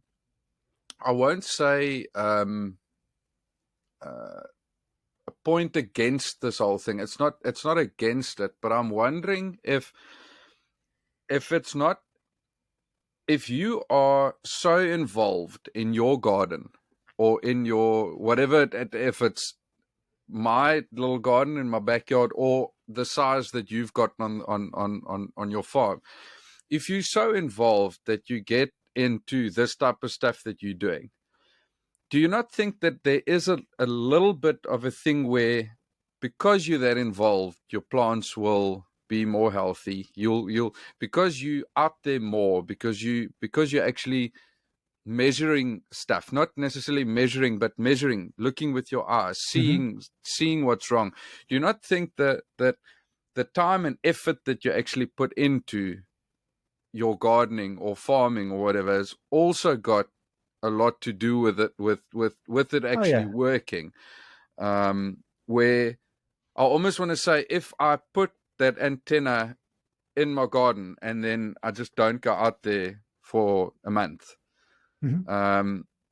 will it have the same effect as me going out there twice a day, going to check up on everything, seeing that it's still aligned, seeing that it's got enough water or enough this, or because I always wonder with stuff like this, is it not?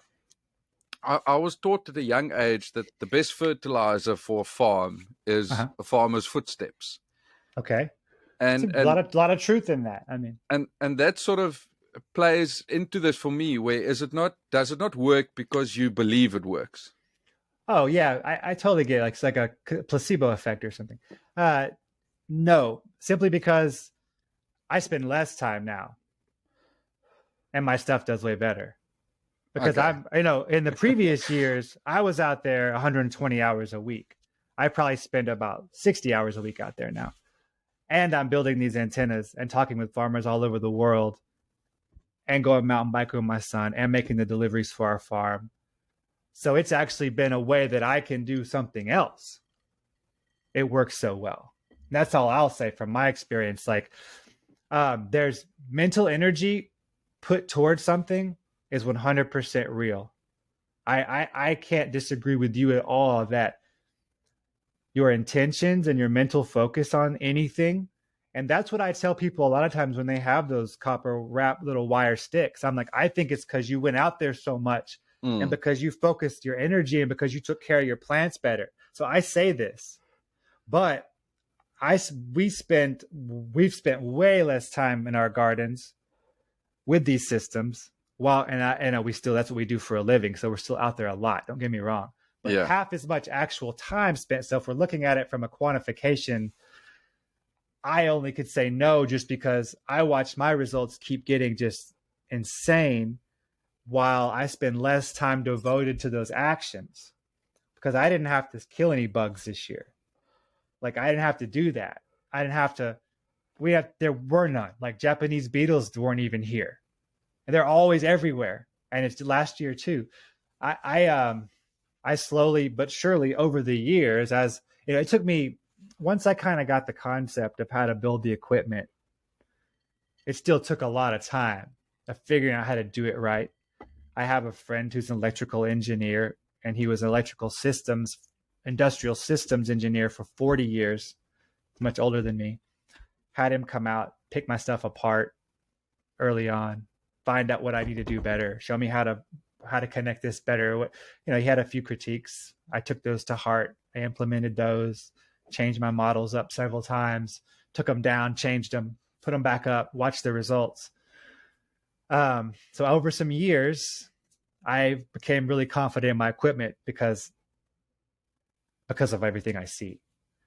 Well, I mean, it makes sense that you will now, knowing what I know now, it makes sense that you'll spend less time in between your plants, because you are you're eliminating 6 or 7 steps that you used to do that you don't have to do anymore. And they were crappy jobs. They weren't enjoyable jobs. Yeah, I'm not eliminating the enjoyable. I could go out there and spend some time doing some of the more of the stuff that I feel I can make. Like, I'm making I used to didn't even have time to make like compost teas to spray, stuff like that. Stuff that I'm talking about just regular ones. Either they're pretty extra, like, I've got colloidal gold in them. I'm using tensor rings and energy generating frequencies into the water, uh, along with building compost and building the teas. So there's all these other periphery things that I used to couldn't even fit in. And I don't mean like I chose not to fit them in. I mean, there literally was not time. Yeah. Because I know most things that we say that about, there's probably time for them if we made it. And I guess there technically probably was if I didn't want to sleep or something. But Yeah. like I couldn't fit a lot of these things that I wanted to do with agriculture in. And agriculture is hard work, this type especially. So I think at a certain point in your life, you're going to come to a crossroads where you're like, I'm either going to have to make this more me, or I'm going to have to maybe find something else to do, because the drudgery of like my original outlook on how all this worked wouldn't be enough now to keep me in it. You saying that you initially, let's say, spent 120 hours or 60 hours a week, or 120 hours a week. I can't remember. About 60 now, like me and my wife both. Okay, but we used to be about 100 plus hours a week, both. So taking in mind that the reason you made this move was because of your kid being born, Winston, spending all of this time sort of looking after your main income, was that not in a sense counterintuitive to taking your kid out of sort of like city living or whatever and taking him to a farm, but now you're spending so much time totally doing what you have to do. Do you understand my question? Yeah, I totally get that. No, I mean, those are struggles that I think everyone probably deals with. I mean, what are they spending time on versus what are they doing with their child? First and foremost, I would rather my son know nothing than know what's taught in the school system. I went to Nashville public schools, and it was a waste of my time. I would rather him just know how the birds sound and what the wind feels like and what dirt smells like. I'd rather him know those basic things than to know what they get taught, what I was taught, what I had to unlearn and relearn. So there's that at its core. It was never an option. We started this farm when he was right around 2 or so. So he was, pretty little. We got to spend a lot more time with him overall over the years because we're here together all day. So, as long as we're getting our work done, I can stop for 20 minutes and go over here and look at this thing you must be looking at, or go do this other thing, or, you know what I mean? It evolves. I think everyone's path is so unique in how you're raised. Like there's no real right or wrong, unless you're just like doing horrible things or, unhealthy things. And so we kind of wanted it to be based around healthy lifestyle, exposure to the natural world, a lot of interface, a lot of time spent alone with nature is good. I'm an only child. I spent a lot of time alone. I grew up in the city, but I was always trying to get out to the forest. Yeah. That was me. So, but yeah, gosh, yeah, especially early on when we would have to work so much, but if you calculate the hours, because I would look at my friends who like work for themselves or whatever, but their kids went to school all day for the 7-8 hours, and then maybe went to an after school care like I did for a couple hours. By the time they get home, it's, well, you guys got like 2 or 3 hours together, and half of that's eating and going in bed. So the time you got really that much time, so I guess all these factors kind of converge into the decision. It's not, if I thought that the school experience was some super valuable thing, I may have made a different choice. It's just seeing that as what I didn't want to do, and knowing basically what I did want to do. We tried the best we could to spend maximum time with our son in those early years.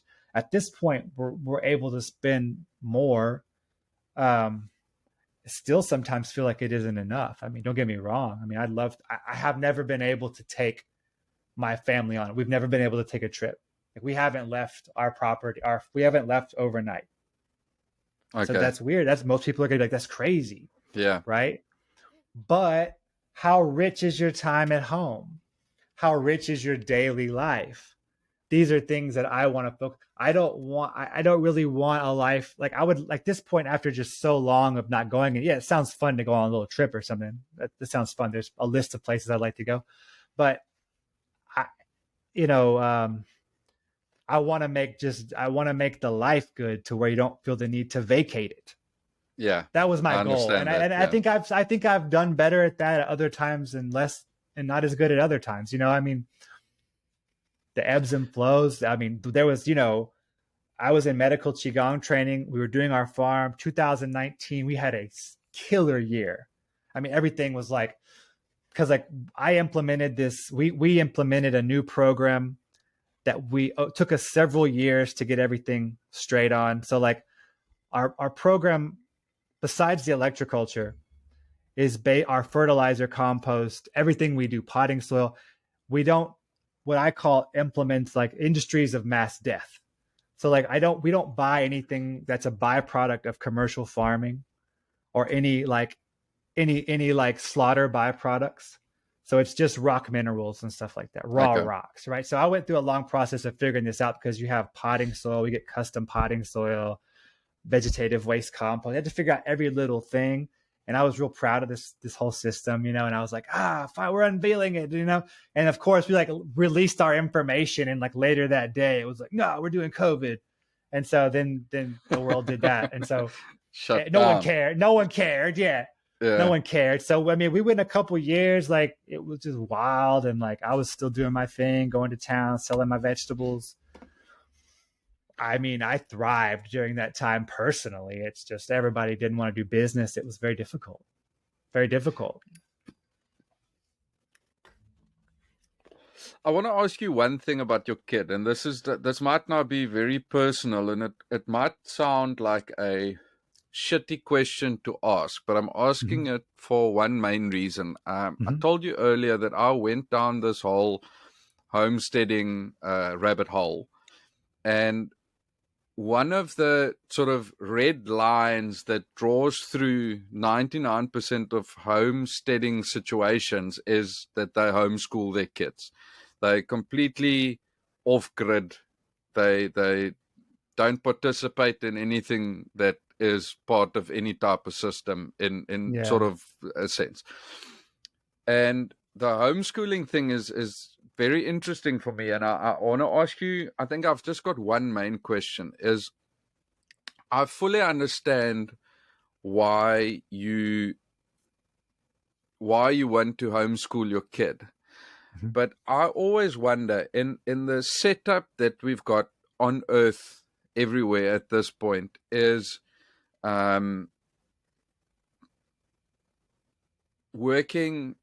working towards a college degree or university degree or whatever, finishing school, going to get a degree, and then going to get work and working a 9 to 5 or 8 to 5 or whatever, and then doing what. We've got these sort of snakes and ladders types of situations going on. And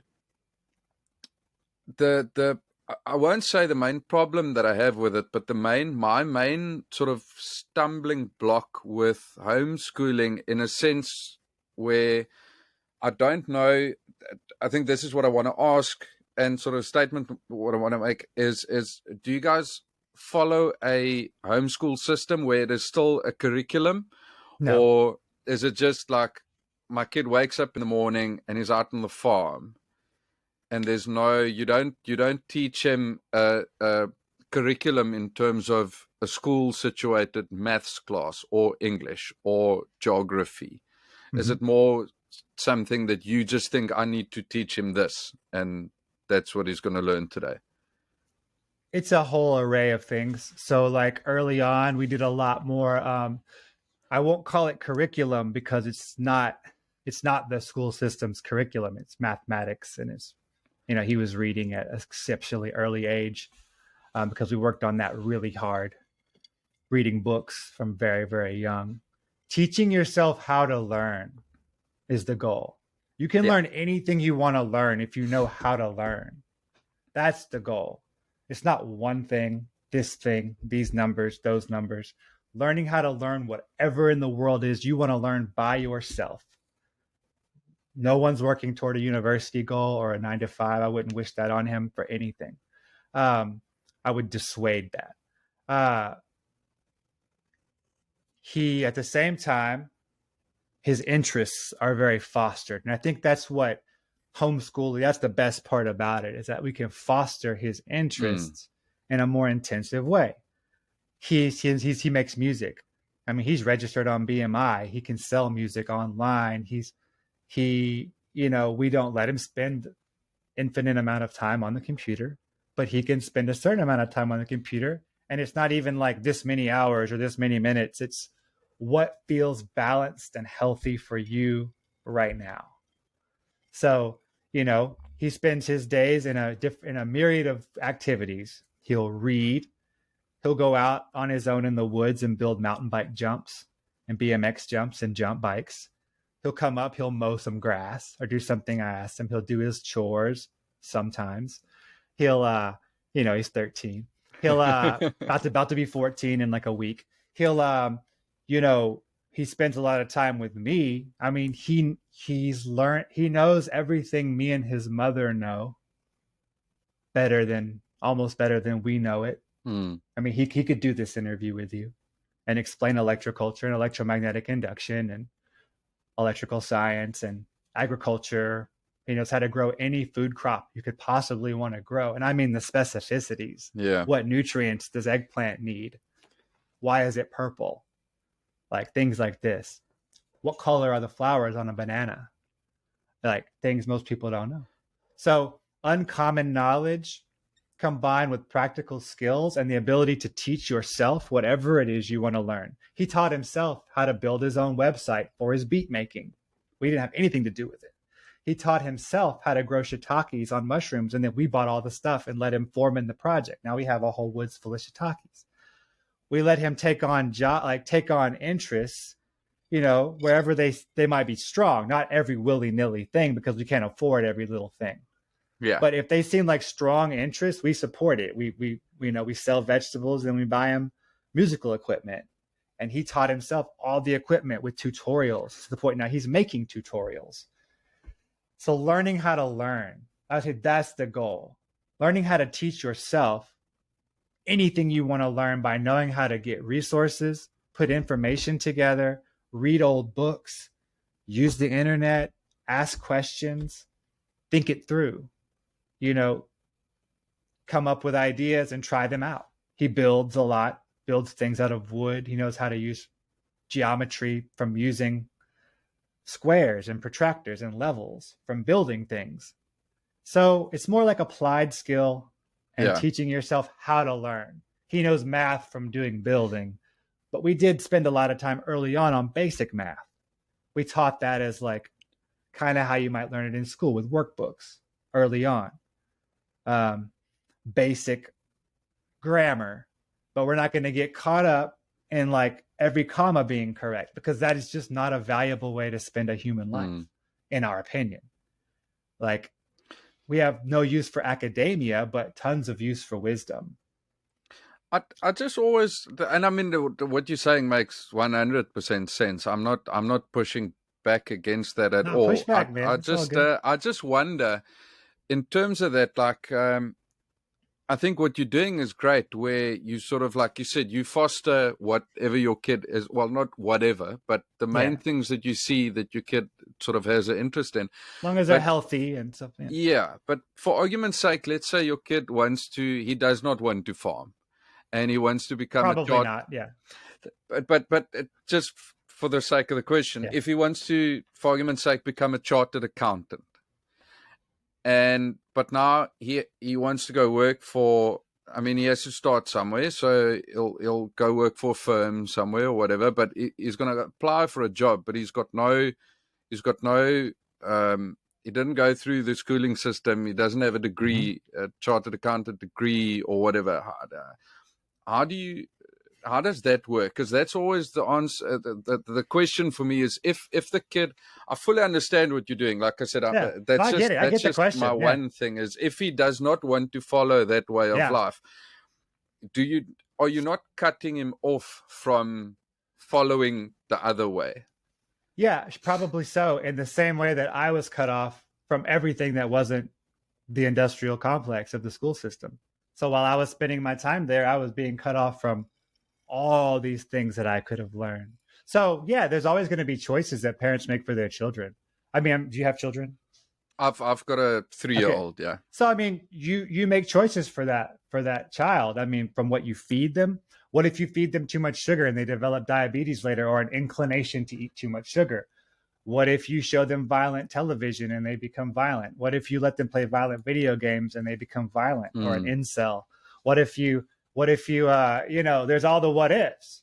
So all you can do is do what you find to be true in your heart at every moment, and always question yourself and make sure you're being guided by that. And if the answer is yes, then you do that thing, or you don't do that thing. So I say, yeah, sure, there's definitely the possibility that he would want to, I guess, do something like that and then go and find that. But I guarantee you, he'd be able to go teach himself how to get the information he needed and the accreditations that he needed at that time. My thoughts, knowing my son, is that's probably not what's going to happen. But again, I mean, there's no infallible way to be a parent. There's no way in which we don't fail a bunch of times. Yeah. There's no way. But if you're saying that if you spend your days in school, or if you spend your days homeschooled on a farm, you're not getting these things, well, but conversely, you're sacrificing something. Yeah. I think I just always wonder, or I think at this point, with the limited knowledge that I have about homeschooling in the sense that you guys do it, is I feel like it's easier for someone like you that's gone through the schooling system. It's easier for you to go into the system that you've got now than it is for someone that's been raised in the system that you're raising your kid now and reverting back to, or not reverting back to, but moving into a more sort of like the normal setup of what everyone else does. Yeah. I think that's my main pivot point in it, where I feel like it's easier doing it the way that the world is, with the option of going back to homesteading, for argument's sake, than it is being raised in homesteading and moving from there into the professional life of what the world is. But I also, saying that, I do understand that nowadays a simple thing like this podcast, I taught myself how to do this. I've got no degree in anything in terms of making videos or sound or anything. It's YouTube videos, and it's so available. You can do online courses, and it's basically the same. So I think I'm just spewing bullshit at this point. No. But it's just something that I'm wondering about. I get it. I get your questions. They're not like, they're things that everybody's going to think about. I mean, I definitely don't. I mean, I intentionally don't want my son to have the information that's produced in the American public school system. At least I don't really know about the school system there. I know that, in my 7th grade year, the kid that sits in front of me was shot dead by the kid who sat behind me. And I woke up with a voice in my head that said, you can't go to school today. So I stayed home. And had I gone that day, I'd be dead. So I made that choice that day to follow my intuition. And that was the day in 7th grade that I started listening to that, and I've never stopped. So I think that's all it is. I think that's living your truth. If your truth is that that's what you want, and that's what you think is the right path, and that's what you do, and it probably will work out for you because you're living your dharma. If you go against your dharma, go against your path, which you can always feel what it is if you tune in. I mean, sometimes we get so far away that it's hard to see it. I think that's fuck. This is a very interesting discussion point, because it is. I think we all do what we think is the best thing to do, And it is, I mean, coming back to the whole electroculture thing is there's so many ways to do it, and if you do it the best way that you do it, then that is the best way to do it. And there's 170,000 other ways to do it. To get off this tangent, I think I want to ask you a bit about, you mentioned, or I think I mentioned earlier, we quickly spoke about you selling produce to a few restaurants and stuff. Mm-hmm. How do you decide what you plant, or is that dictated by whatever the restaurants want? It's a combination. So obviously the first years we're just kind of seeing what we plant, a lot of diversity. That's one of our things. We're going to do that no matter what. Most of it is we're planting what we want to plant, but that overlaps a lot with what they want. We definitely try to cater on a certain level to growing things that we know our main customers want, but not outside of reason or outside of doability, or outside of accountability of request, because farming takes months from start to finish, from when someone says, hey, can we buy this from you? And you're like, yeah, I'll grow that for you. But when it's ready, that's been months of work, right? So for instance, I had, if a chef is like, oh, I want nasturtiums, like edible flowers. Well, I can grow those really well. It takes a whole little special trellis, and I don't usually grow them. So I'm going to take space that I don't have for something else, or whatever the case. It's effort at its core. It's seed. It's all the things. So you grow those, and then they decide, oh, now there's this, someone said there was a virus, so I'm not going to buy your nasturtiums because we're going to close our restaurant. That's not being true to your word. Yeah. So yeah, it cannot work out for you. And it cannot work out because these weird factors compound, not because someone's just like, nah, to hell with you and your flowers. It's more like these weird, we had a slow time, so I'm not going to do that thing I asked for months ago that you just spent months working. That happened. That has happened. So you learn to kind of do what you're going to do. And now if someone that's super accountable asks for something and they're going to come through on their end, then yeah, you could grow that for them. So it's just like case to case.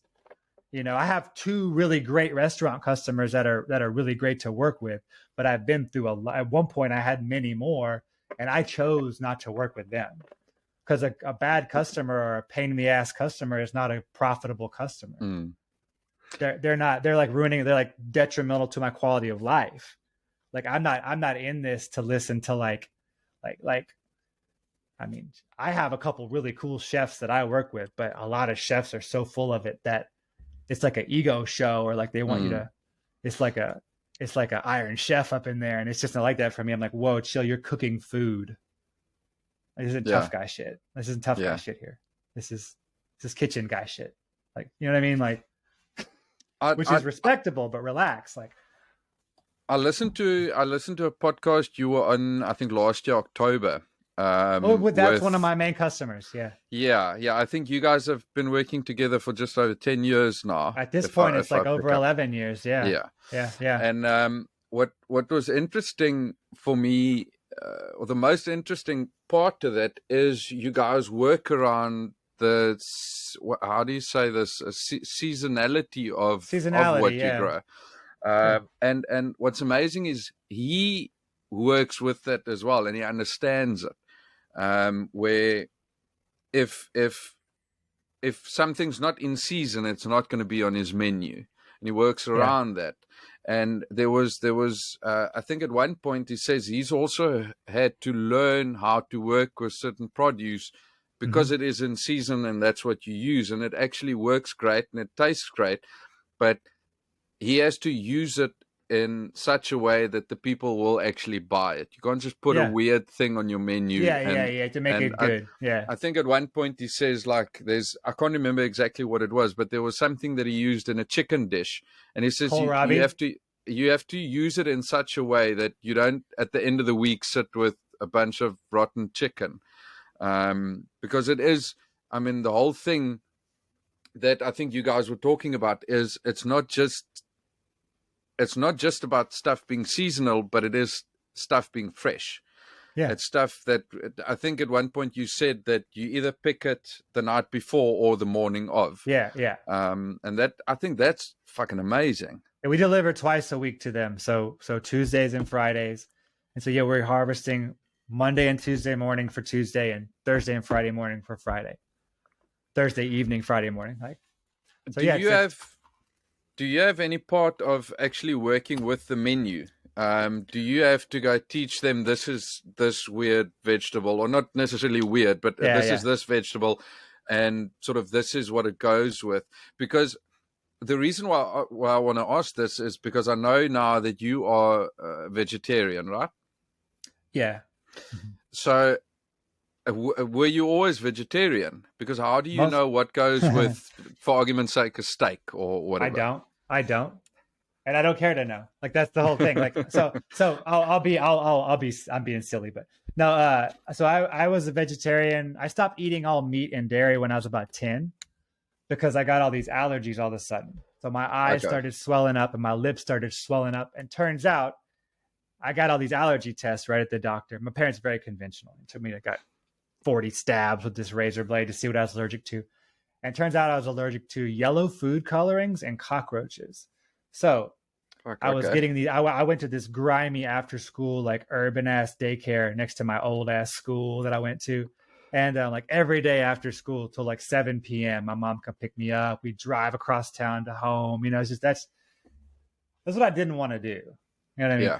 With my son. So I was having the breakouts at the daycare because of the cockroaches.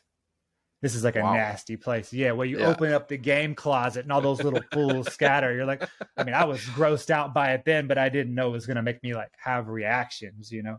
And I was a kid. I mean, I didn't know what to do about it. It kind of stressed me out. But then I spent a lot of time with my grandparents, and they gave me sodas with yellow food colorings. And that was the other thing I was deathly allergic to, yellow 5 and 6.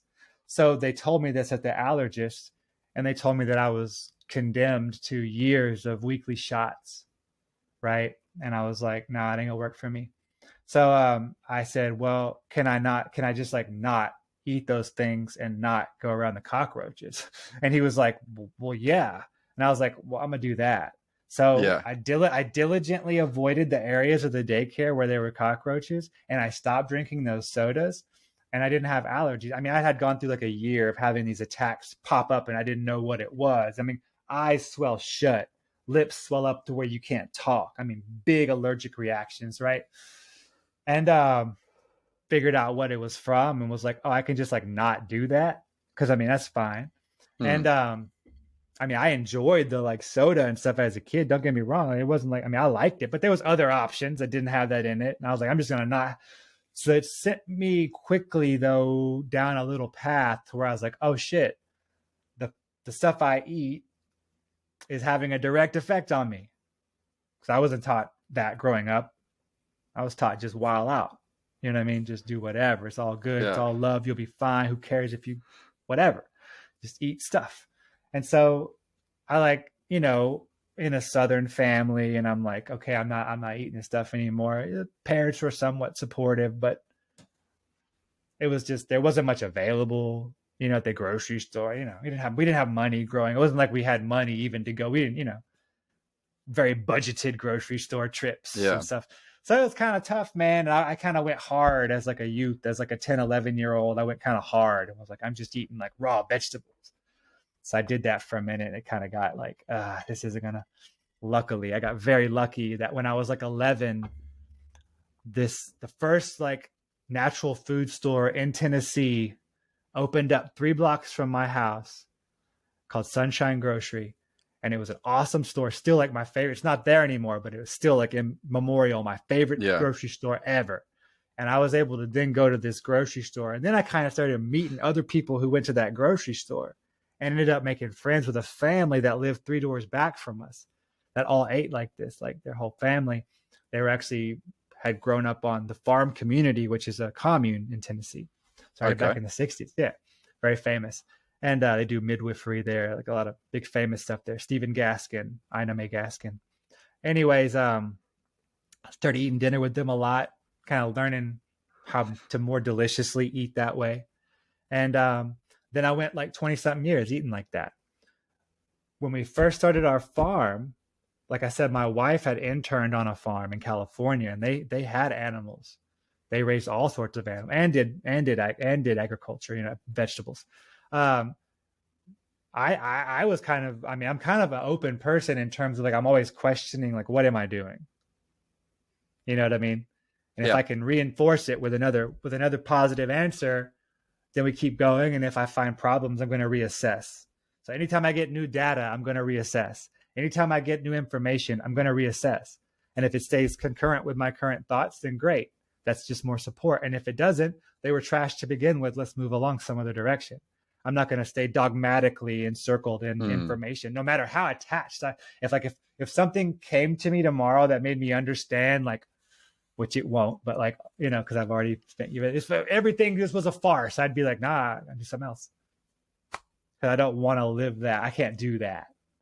So that being my natural inclination, I was like, starting the farm, I was working a lot more physically than I had before, stuff like that. I mean, I always kind of had those types of jobs from young. I worked on a lumber yard and different stuff, but so it wasn't too far off, but it's way more intense and in the sun all day. And I was like, man, maybe I need meat, or maybe I need more protein, or you know what I mean? So I experimented for a couple of years. I ate all kind of different stuff and opened myself up. Kind of was like, well, I don't want to be the closed-minded vegan. I hate the term because I'm totally against lab-grown food, fake meat products, fake shit. That's the worst. I would promote somebody go eat the meats all day than to eat the fake food. That's not what I'm about. And a lot of people in that circle, that's what they're all about. So I hate that term.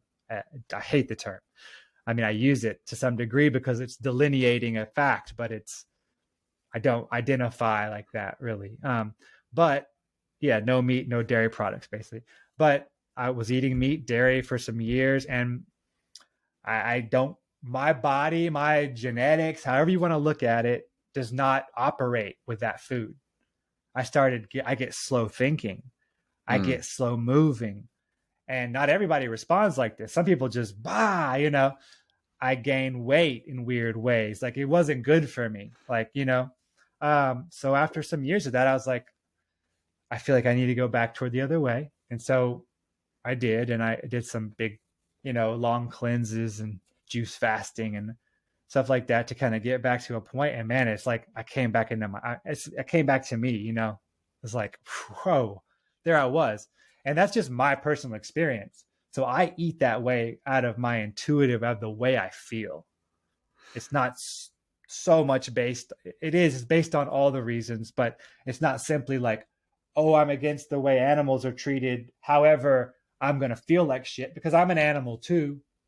I deserve to feel good too. So I'm not like the bleeding heart in that way, but I'm compassionate. Yeah. I even raised poultry for a while in the beginning because I was like, well, I'm going to raise it like this. And the best way I did mobile coops. I had a movable coop. I would move it all the time with movable electrical solar powered fence, pastured poultry, Joel Salatin style, trying to do it the best ways. But when it comes time to kill that bird, and I would go kill these chickens and cut their arteries and do it the halal kosher way, upside down, collect the blood, let the heart pump it out. All the things you can do. For me, it felt like murder. I couldn't connect the dots for myself. I don't judge anybody else who does that. It's just for me, I can't do it. I felt I don't even want to eat it. I'm not even drawn to it. So why would I do it? If I craved it and I was like, oh, I want that, then I would feel like maybe there was some sort of need. But it's kind of a combination of being like, well, that's not even really what I want. I don't feel good when I eat it, and I don't want to kill it. I don't want to buy it and let somebody else do that for me.